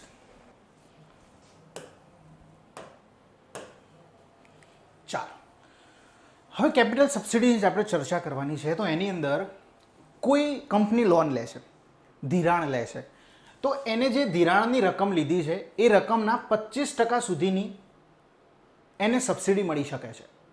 પણ મેક્સિમમ રકમ 35 લાખ. પછી તમે કરોડોની લોન લીધી હોય પછી તમને 25% કરોડોમાં જતા હોય ન કામ પડે. તમને મેક્સિમમ ધિરાણના 25% સુધીની સબસિડી મળી શકે છે, મેક્સિમમ 35 લાખ સુધીની કેપિટલ સબસિડી મળી શકે છે. પણ જો તમે જે લોનની રકમ છે એ 10 કરોડથી વધુ હશે, તમે જો ધિરાણ તમારી કંપનીને નાખવા માટે 10 કરોડથી વધુની જો તમે લઈ રહ્યા છો લોન, તો તમને પ્રોત્સાહન સ્વરૂપે 10 લાખ રૂપિયા વધારાની કેપિટલ સબસિડી મળશે. 35 લાખ તો ખરી જ અને 10 લાખ વધારાની સબસિડી મળશે. ઓકે, પછી આપણે વાત કરીએ વ્યાજ, ઇન્ટરેસ્ટ સબસિડી. તો એની અંદર 7 વર્ષના સમયગાળા સુધી દર વર્ષે ટર્મ લોન જે તમે લીધી હોય એના 7% વ્યાજ દર, એટલે કે માની લો કે તમારો 12% વ્યાજ દર છે, તો એમાંથી 7% સરકાર ભરશે અને મહત્તમ 35 લાખ રૂપિયા સુધી સરકાર ભરશે. તમને મહત્તમ 35 લાખ રૂપિયા સુધીનું વ્યાજ સબસિડી મળશે, વ્યાજ સબસિડી મળશે. ઓકે, 7 વર્ષ સુધી. ઓકે, પણ જો ઉત્પાદન એકમનો કોફાઉન્ડર, ઉત્પાદન એકમનો કોફાઉન્ડર અથવા તો ફાઉન્ડર એટલે કે એનો માલિક અથવા તો જોઈન્ટ કોઈ માલિક હોય, એ કોઈ મહિલા હશે, કોઈ SC અથવા તો ST કેટેગરીના કોઈ વ્યક્તિ હશે, SC સમુદાયના કોઈ વ્યક્તિ હશે, અથવા તો વિકલાંગ સાહસિક હશે, બરાબર, કોઈ હેન્ડીકેપ એન્ટરપ્રિન્યોર હોય, તો એમને 1%, 7% તો ખરા જ, અહીં આગળ 7 વર્ષ સુધી 7% વ્યાજ તો સરકાર ભરશે જ, 35 લાખની સીમા સુધી. પણ જો આટલા કેટેગરીમાંથી કોઈ વ્યક્તિ છે, SC ST સમુદાયનો કોઈ વ્યક્તિ હોય, મહિલા વ્યક્તિ હોય અથવા તો વિકલાંગ કોઈ વ્યક્તિ હોય, એના દ્વારા જો કંપની સ્થાપવામાં આવે છે, તો ટોટલ કેપિટલના 7% તો ખરા જ, પણ 1% વધુ એમને 8%, કેટલી 8% એમનું વ્યાજ સરકાર ભરશે 7 વર્ષ સુધી. કેટલા વર્ષ સુધી? 7 વર્ષ સુધી. એમને જે ટર્મ લોન લીધી છે એની ઉપર. રાઈટ, તો તમારો કન્સેપ્ટ અહીંયા આગળ ક્લિયર થયો છે એવી હું આશા રાખું છું. બીજું છે સેવા ક્ષેત્ર માટેની સબસિડી. સરકારે કીધું છે કે ભાઈ સેવા ક્ષેત્રમાં 70% સુધીની સબસિડી મળશે. તમે જો ઔદ્યોગિક નીતિની અંતર્ગત જો તમે સેવા ક્ષેત્રની અંદર જો તમે ઇન્સ્ટોલ કરો છો, તમારો કોઈ પ્લાન્ટ છે તો સેવા ક્ષેત્રથી સંબંધિત છે, તો તમે 70% જેટલી સબસિડી તમને મળવાપાત્ર થશે, પણ depend on rules and regulation of the government. Okay, યાદ રાખજો ખાસ. ડાયરેક્ટ તો કંઈ 70% આપણને આપી દેતા નહીં. કઈ કઈ સેવાઓને ઇન્ક્લુડ કરવામાં આવેલી છે, બરાબર, કઈ કઈ સેવાઓને આ નીતિ અંતર્ગત ઇન્ક્લુડ કરવામાં આવેલી છે, તો યાદ રાખીશું. કઈ કઈ છે? નાણાકીય સેવા છે, ફાઇનાન્શિયલ સર્વિસીસ, આરોગ્યલક્ષી સેવાઓ છે, દ્રશ્ય શ્રાવ્ય ઓડિયો વિઝ્યુઅલ સેવાઓ છે, એન્જિનિયરિંગ સર્વિસીસ છે, બાંધકામ સંબંધિત સેવાઓ છે, પર્યાવરણીય સેવાઓ છે, અને મોટા ઉદ્યોગો આધારિત સેવા ક્ષેત્રમાં કાર્યરત એકમો. એટલે કે કોઈ મોટો પ્લાન્ટ છે અને એ પ્લાન્ટની અંદર કહેવાય ને કે જબરજસ્ત ઓટોમેશનની અથવા તો કોઈ કોમ્પ્યુટરાઇઝ એવી સિસ્ટમની જરૂર પડે છે, એના માટે એ પ્લાન્ટે આખું એક અલગ એનો એકમ ઊભો કર્યો છે કે જે એ પ્લાન્ટનું કહેવાય ને કે ઓટોમેશન ચલાવી રહ્યો છે, ઓટોમેટિક એનું બધું ચલાવી રહ્યો છે કોમ્પ્યુટર થ્રુ, બરાબર. તો એ જે પ્લાન્ટ ઊભો થયો છે એ પ્લાન્ટ કેવું કહેવાય? એ ઉદ્યોગ આધારિત એકમ કહેવાય. તો એમાં પણ 70% સુધીની સબસિડી મળવા પાત્ર છે. Right, okay. હવે ચર્ચા કરીએ આપણે નેક્સ્ટ. તો વિદેશી ટેકનોલોજી માટે સબસિડી સરકાર આ પ્રથમવાર રાજ્યમાં ઇન્ટ્રોડ્યુસ થઈ છે. પ્રથમવાર ઇન્ટ્રોડ્યુસ થઈ છે. કઈ? તો વિદેશી ટેકનોલોજી માટેની સબસિડી. ઓકે, તો રાજ્યમાં પ્રથમવાર આ સબસિડી અપાય છે. જો તમારો કોઈ એકમ, તમારો યુનિટ, તમારો ઔદ્યોગિક એકમ એ કોઈ વિદેશી ટેકનોલોજીને એક્વાયર કરે છે, સંપાદિત કરે છે, તો એના કુલ ખર્ચ જે થાય છે એના 65%, 50 લાખ સુધીની સીમા, 65% ગમે તેટલા થતા હોય પણ 50 લાખથી વધુ ના થવા જોઈએ. તો 50 લાખ સુધીની સીમા જે છે ત્યાં સુધી તમને સબસિડી મળવા પાત્ર છે. તમે ક્યાંય વિદેશી ટેકનોલોજી તો સંપાદિત કરી રહ્યા છો, એક્વાયર કરી રહ્યા છો તમારા ઔદ્યોગિક એકમમાં તો. ઓકે, પછી આપણે વાત કરીએ કે માર્કેટ ડેવલપમેન્ટ માટે પણ સરકાર સબસિડી આપી રહી છે, બજારના વિકાસ માટે. કેવી રીતે? તો ભારતમાં જે એક્ઝિબિશન્સ યોજાય છે એમાં તમે જે તમારી ટેકનોલોજી બતાવો છો એમાં સ્ટોલનું તમને કેટલો ભરવા પડતા હોય છે પૈસા, તો સરકાર તમને ટેકો કરશે કે ભાઈ ભારતમાં યોજાયેલા જે પ્રદર્શન છે એમાં તમે તમારો સ્ટોલ નાખો છો તો જેટલું પણ ભાડું તમે ભણો છો એના 75% સુધી તમને મળશે, સરકાર સબસિડી આપશે, બરાબર. ભાડું ₹1,00,000 હોય તો 75,000 સરકાર આપશે, પણ 2 લાખ સુધીની મર્યાદા સુધી. પછી માની લો કે 10 લાખ રૂપિયા સ્ટોલનું ભાડું છે તો 75% એટલે ₹7.5 લાખ થયા, તો સરકાર તો 2 લાખ જ આપશે. આઈડિયા આવ્યો? ખબર પડી? પછી એ જ રીતે જો ભારતની અંદર યોજાયા હોય તો 75%, પણ ભારતની બહાર જો કોઈ એક્ઝિબિશન યોજાયું હોય, માની લો કે અમેરિકામાં કોઈ એક્ઝિબિશન યોજાયું છે અને તમારી કંપની ત્યાં આગળ સ્ટોલ નાખે છે અને ભારતની ટેકનોલોજીને પ્રદર્શિત કરે છે કે ભાઈ અમે આવી એવી ટેકનોલોજી છે, અમારી જોડે આવા મશીન્સ છે, તો એ સ્ટોલનું જે ભાડું છે એના 60% સુધી ભારત સરકાર તમને આપશે, પણ 5 લાખની સીમા સુધી. ઓકે, લિમિટ કેટલી છે ત્યાં આગળ? 5 લાખની. ઓકે, યાદ રાખીશું આપણે ખાસ. નેક્સ્ટ જોઈએ આપણે, તો નેક્સ્ટ છે સૌર ઉર્જા માટેની સબસિડીની આપણે વાત કરીએ. સૌર ઉર્જામાં એકચ્યુઅલીમાં કેવું હોય છે? સૌર ઉર્જામાં એકચ્યુઅલીમાં એવું કંઈક હોય છે કે તમારું ઘર છે ને, આ તમારું ઘર છે, બરાબર? તમારા આ ઘર ઉપર સોલાર પેનલ લગાવેલી છે. તમારા ઘર ઉપર આ સોલાર પેનલ લગાવેલી છે અને સોલાર પેનલ અહીંયા જે મૂકેલી છે, બરાબર? આ સોલાર પેનલ આપણે આને રૂફટોપ પ્લાન્ટ કહીશું. કેવો પ્લાન્ટ કહીશું? રૂફટોપ સોલાર પ્લાન્ટ કહીશું, કારણ કે તમારા રૂફ પર લગાવેલું છે. આ જ રીતે જો આ જ પેનલને જમીન પર લગાવવામાં આવે તો આપણે એને land mounted solar power plant કહીશું. ઓકે, આ સોલાર પાવર પ્લાન્ટ જે છે અહીંયાથી કેટલીક એનર્જી જે ઉત્પન્ન થાય છે, જેટલા યુનિટ ઉત્પન્ન થાય છે એના કેલ્ક્યુલેશન માટે એક મીટર અહીંયા મૂકવામાં આવેલું હશે, ડિજિટલ મીટર. તો સોલાર માટેનું આ કેલ્ક્યુલેશન કરવા માટે જે મીટર તમારા ઘર ઉપર મૂકવા, તમારા ઘરનું મીટર અલગ હશે, તમારા ઘરમાં જે જીબી વાળા મીટર મૂકે છે ને એ અલગ મીટર, એ જનરલ મીટર તમારું ઇલેક્ટ્રિસિટીનું કેલ્ક્યુલેશન કરે, કેટલા યુનિટ બળ્યા, તમે કેટલું એસી વાપર્યું, કેટલા પંખા વાપર્યા, એના માટેનું. પણ આ જે સોલાર પાવર પ્લાન્ટ નાખ્યો છે ત્યાં આગળ તમને એક અહીંયા આગળ નેટ મીટર જોવા મળશે. એ મીટરને કયું મીટર કહેવાય? Net metre. ઓકે, અને આ નેટ મીટર એ તમારા દ્વારા ઉત્પન્ન થયેલા જે યુનિટ છે એનું કેલ્ક્યુલેશન કરશે. માની લો કે તમારા ઘરમાંથી 100 યુનિટ જેટલું પ્રોડક્શન થયું આખા દિવસનું, પણ તમારા ઘરમાં એસી ચાલે છે, પંખા ચાલે છે, ફ્રીજ ચાલે છે, 80 યુનિટ તો તમે જાતે જ બાળી નાખ્યા. તો 20 યુનિટ જે છે એ તમે ક્યાં આવશો? તો 20 યુનિટ આજે સરકારની જે લાઈનો જઈ રહી છે, હેવી લાઈનો, એમાં તમે ઇમ્પોર્ટ કરશો. તો આ 20 યુનિટ તમે કોને આપ્યા? સરકારને આપ્યા. તો આ વધારાના જે યુનિટ તમે સરકારને આપો છો, આ 20 યુનિટના પૈસા સરકાર તમને આપશે. આઈડિયા આવ્યો? અથવા તો તમને બીજા મહિને તમારા જે બિલ આવે છે એમાં વળી આપવામાં આવશે, અથવા તો તમને પૈસા સરકાર આપશે. તો આ 20 યુનિટ તમે જે વધારાના વધ્યા, જે પ્રોડક્ટ્સ કર્યા તમારા રૂફટોપ દ્વારા જે પ્રોડ્યુસ થયા છે, એને સરકાર પહેલાં એક યુનિટના 1.15 રૂપિયા લેખે આપતી હતી સરકાર. 1.75 કે 15 છે, બરાબર? પણ હવે વધારીને કેટલા થયા છે? તો 2.25 રૂપિયા. કેટલા થયા છે? 2.25 રૂપિયા. તમને 2.25 રૂપિયા પર યુનિટ હવે સરકાર આપશે. પછી આ નેટ મીટર જે છે એમાં સરકાર પહેલાં 15 મિનિટનું જ રીડિંગ લેતી હતી, એટલે કે 15 મિનિટમાં તમારું કેટલા યુનિટ પ્રોડ્યુસ થાય છે એ પ્રમાણે આખા દિવસની ગણતરી કરતી. પણ હવે સરકાર એ આખો સમય બદલી નાખ્યો છે. ઓકે, તો આ પ્રકારે કંઈક સોલર રૂફટોપ માટેની પ્લાનિંગ થતું હોય છે, જેનું આપણે યાદ રાખીશું. જો અહીંયા આગળ 1.75 છે, યાદ રાખજો. સૌર ઉર્જા યુનિટની ગણતરી પહેલાં 15 મિનિટથી વધારે થતી હતી. 15 મિનિટમાં કેટલા યુનિટ ઉત્પન્ન થયા એ પ્રમાણે સરકાર ગણતરી કરતી અને કેલ્ક્યુલેશન કરતી. પણ હવે સવારે 7 થી સાંજે 6 સુધી તમે કેટલા યુનિટ ઉત્પન્ન કર્યા એની ગણતરી થશે. તમારા નેટ મીટરની અંદર એ ગણતરી જોવામાં આવશે. ઓકે, તમે જો વધારાની જો સૌર ઉર્જા અથવા તો વધારાના યુનિટ તમે જે પ્રોડ્યુસ કરો છો તમારા રૂફટોપ પરથી, તો એને પહેલાં 1.75 રૂપિયા એક યુનિટના આપવામાં આવતા. એ જ રીતે તમને હવે 2.25 રૂપિયા સરકાર આપશે. યાદ રાખજો ખાસ, કેટલા રૂપિયા? 2.25 રૂપિયા પર યુનિટ સરકાર આપશે. ઓકે, આના માટે સરકાર તમારા સાથે શું કરે છે? પીપીએ કરે છે. શું કરે છે? પીપીએ, પાવર પરચેઝ એગ્રીમેન્ટ જેને કહેવાય. શું કહેવાય? Power purchase agreement.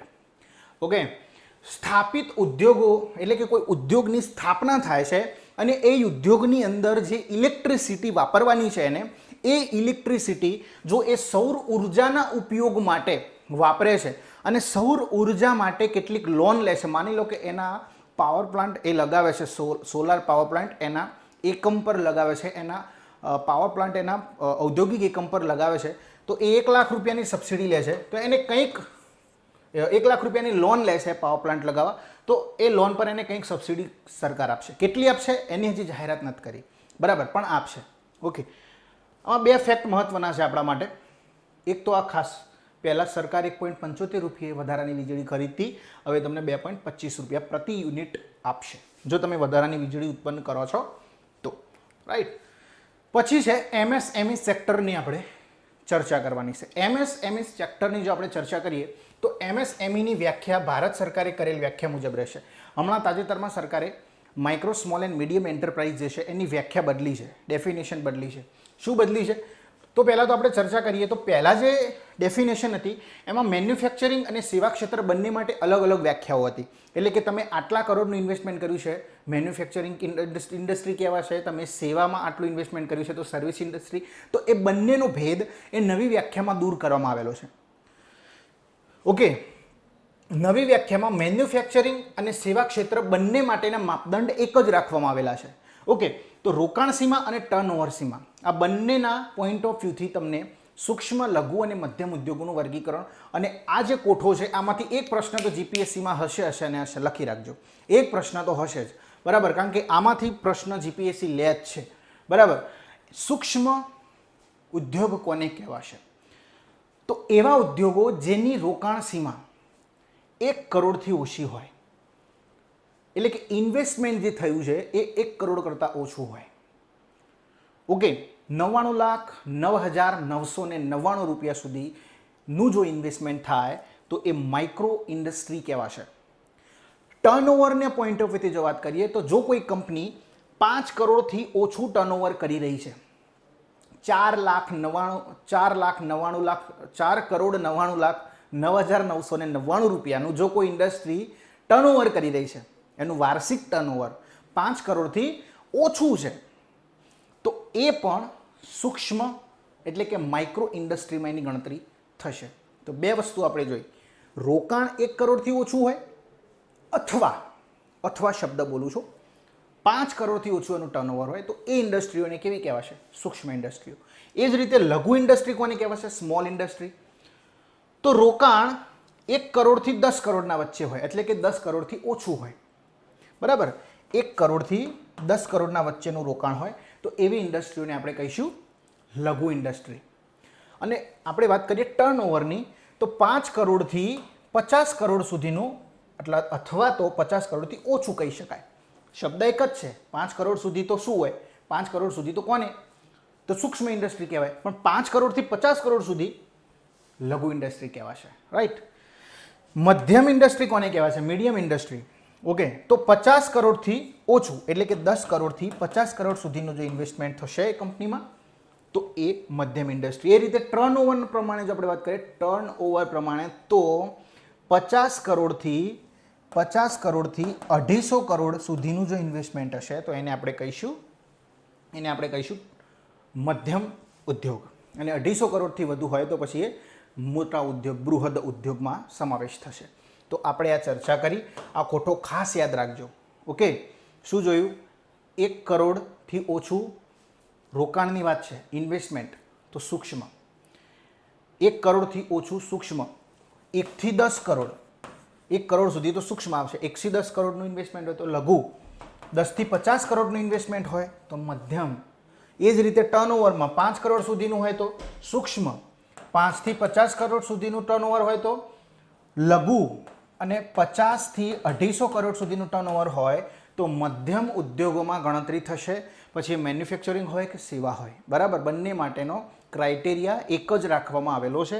ભારત સરકાર દ્વારા થોડા ચેન્જીસ કરવામાં આવે છે જે આપણે ધ્યાન રાખીશું. હવે સરકાર દ્વારા ભાડા પેટે જે સરકારી જમીન આપવામાં આવે છે એમાં વધારો કરવામાં આવ્યો છે. એમાં હવે જે વર્ષ જે લીઝ માટે સરકાર જમીન આપતી હતી એ વધારીને હવે 50 વર્ષ કરવામાં આવે છે. કેટલા કર્યા છે ભાઈ? 50 વર્ષ સરકાર તમને ભાડા પેટે જમીન આપશે.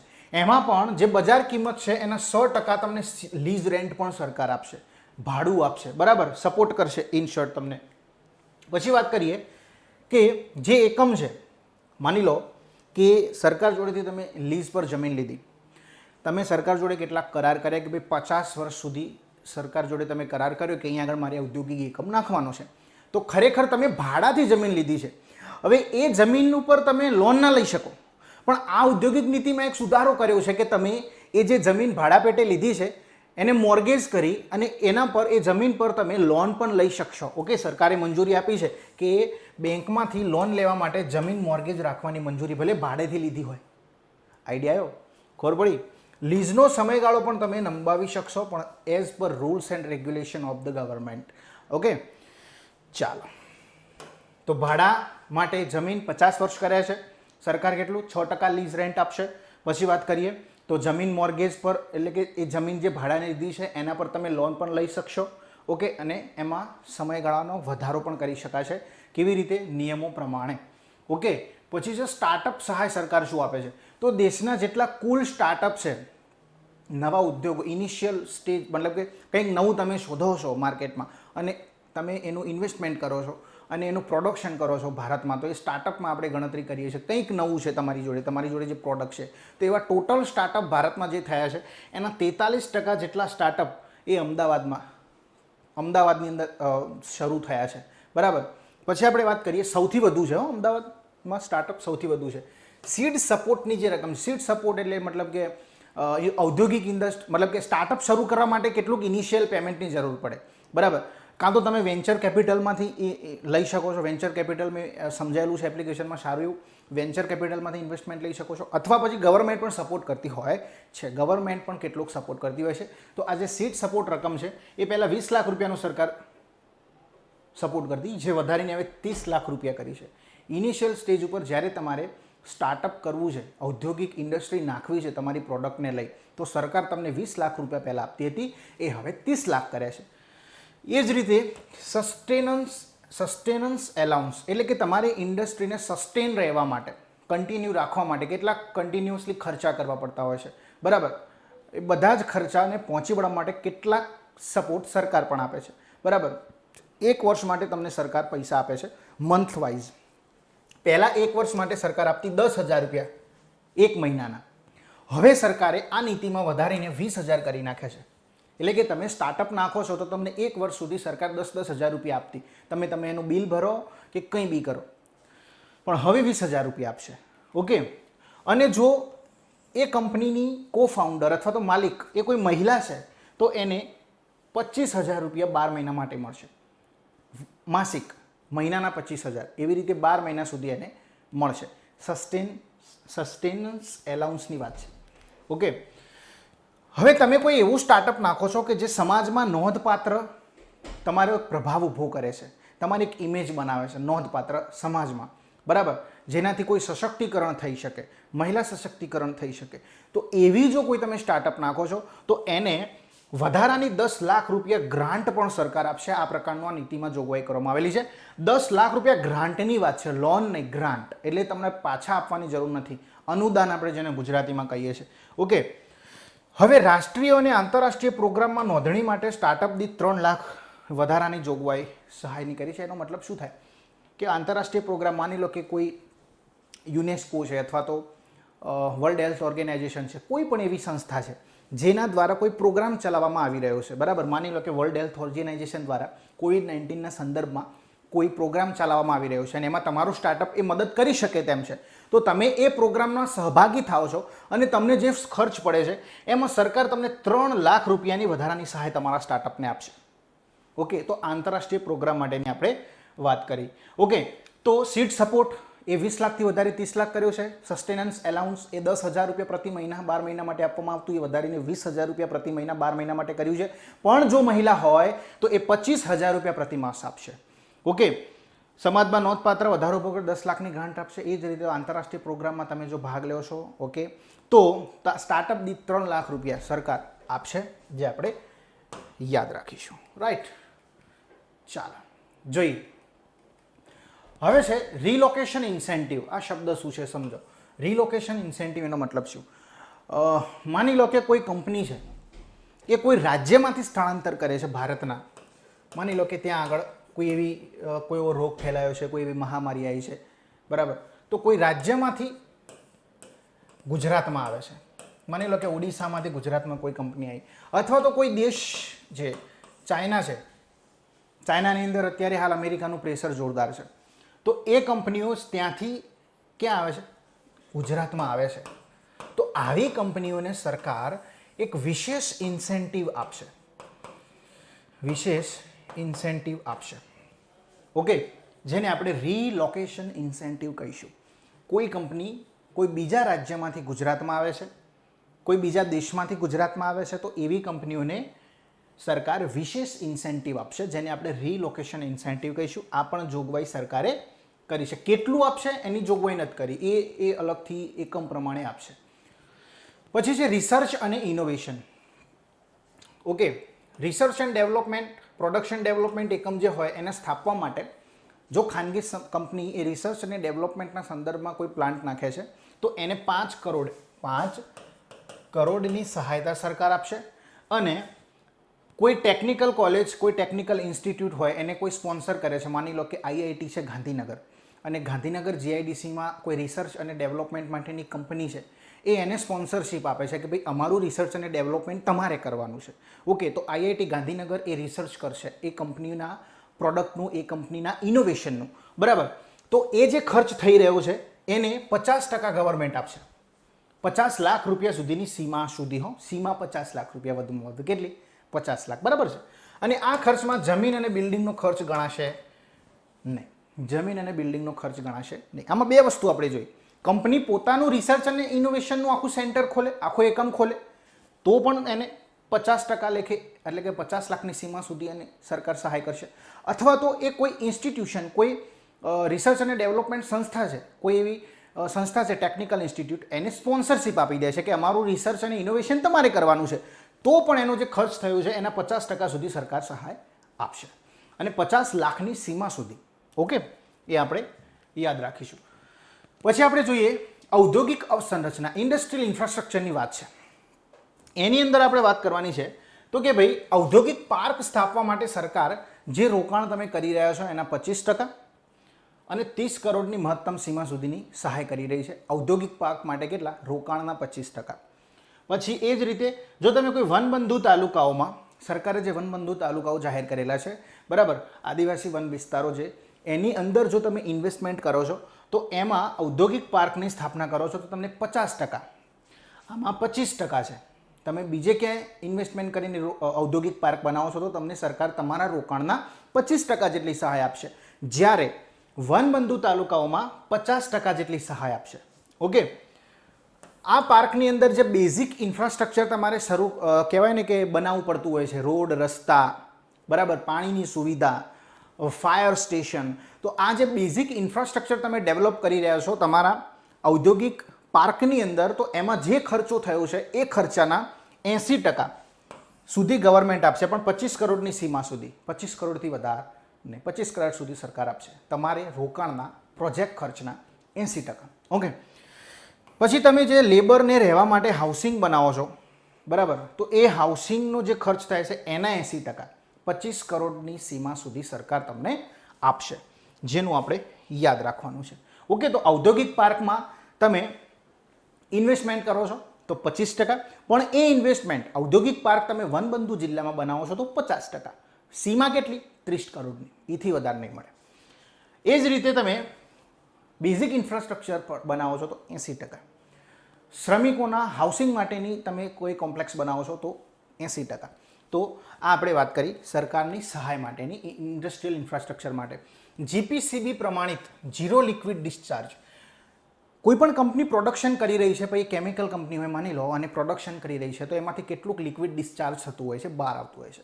એ લિક્વિડમાંથી ઓછામાં ઓછું 50% વેસ્ટ રિકવરીની પદ્ધતિ, એટલે કે એ કંપની કોઈ એવી પદ્ધતિ અપનાવે છે કે એનો જે વેસ્ટ નીકળે છે, એનું જે લિક્વિડ ડિસ્ચાર્જ થઈ રહ્યું છે, એમાં 50% જેટલું એ વેસ્ટને ઉપયોગ કરી નાખે છે, એ વેસ્ટની રિકવરી કરી નાખે છે. તો એવી પદ્ધતિને અનુસરે એવા જે એકમો છે, બરાબર, એવી કંપનીઓ છે, એમને 50% કેપિટલ સબસિડી, એમની જે મૂડી છે એના 50% જેટલી સબસિડી આપવામાં આવશે, પણ મહત્તમ 75 લાખ સુધી. કેટલી? 75 લાખ સુધી. ઓકે, રાઈટ, ખબર પડી? ચાલો, એવી કંપનીઓ કે જે એમનું જે લિક્વિડ ડિસ્ચાર્જ થઈ રહ્યું છે, બરાબર, એમનો જે વેસ્ટ નીકળી રહ્યો છે, એ વેસ્ટમાંથી 50% જેટલો વેસ્ટ એ રિકવર કરી નાખે છે, એનો રીયુઝ કરી નાખે છે, બરાબર. તો એવી કંપનીઓને એમના કેપિટલના 50% સુધીની સબસિડી સરકાર આપશે. ઓકે, 75 લાખની સીમા સુધી. પછી છે 9મું, કૌશલ્ય અને તાલીમ. કૌશલ્ય અને તાલીમનો મતલબ થાય કે કૌશલ્ય વૃદ્ધિ માટે વ્યક્તિ દીઠ, કૌશલ્ય વૃદ્ધિ એટલે સ્કિલનું તમારી અંતર્ગત પ્રેક્ટિકલ સ્કિલ આપવી તમને, બરાબર. તો એની અંદર વ્યક્તિ દીઠ એક તાલીમાર્થીને સરકાર 15,000 રૂપિયા ઇન્વેસ્ટમેન્ટ કરી રહી છે. કેટલી કરી રહી છે?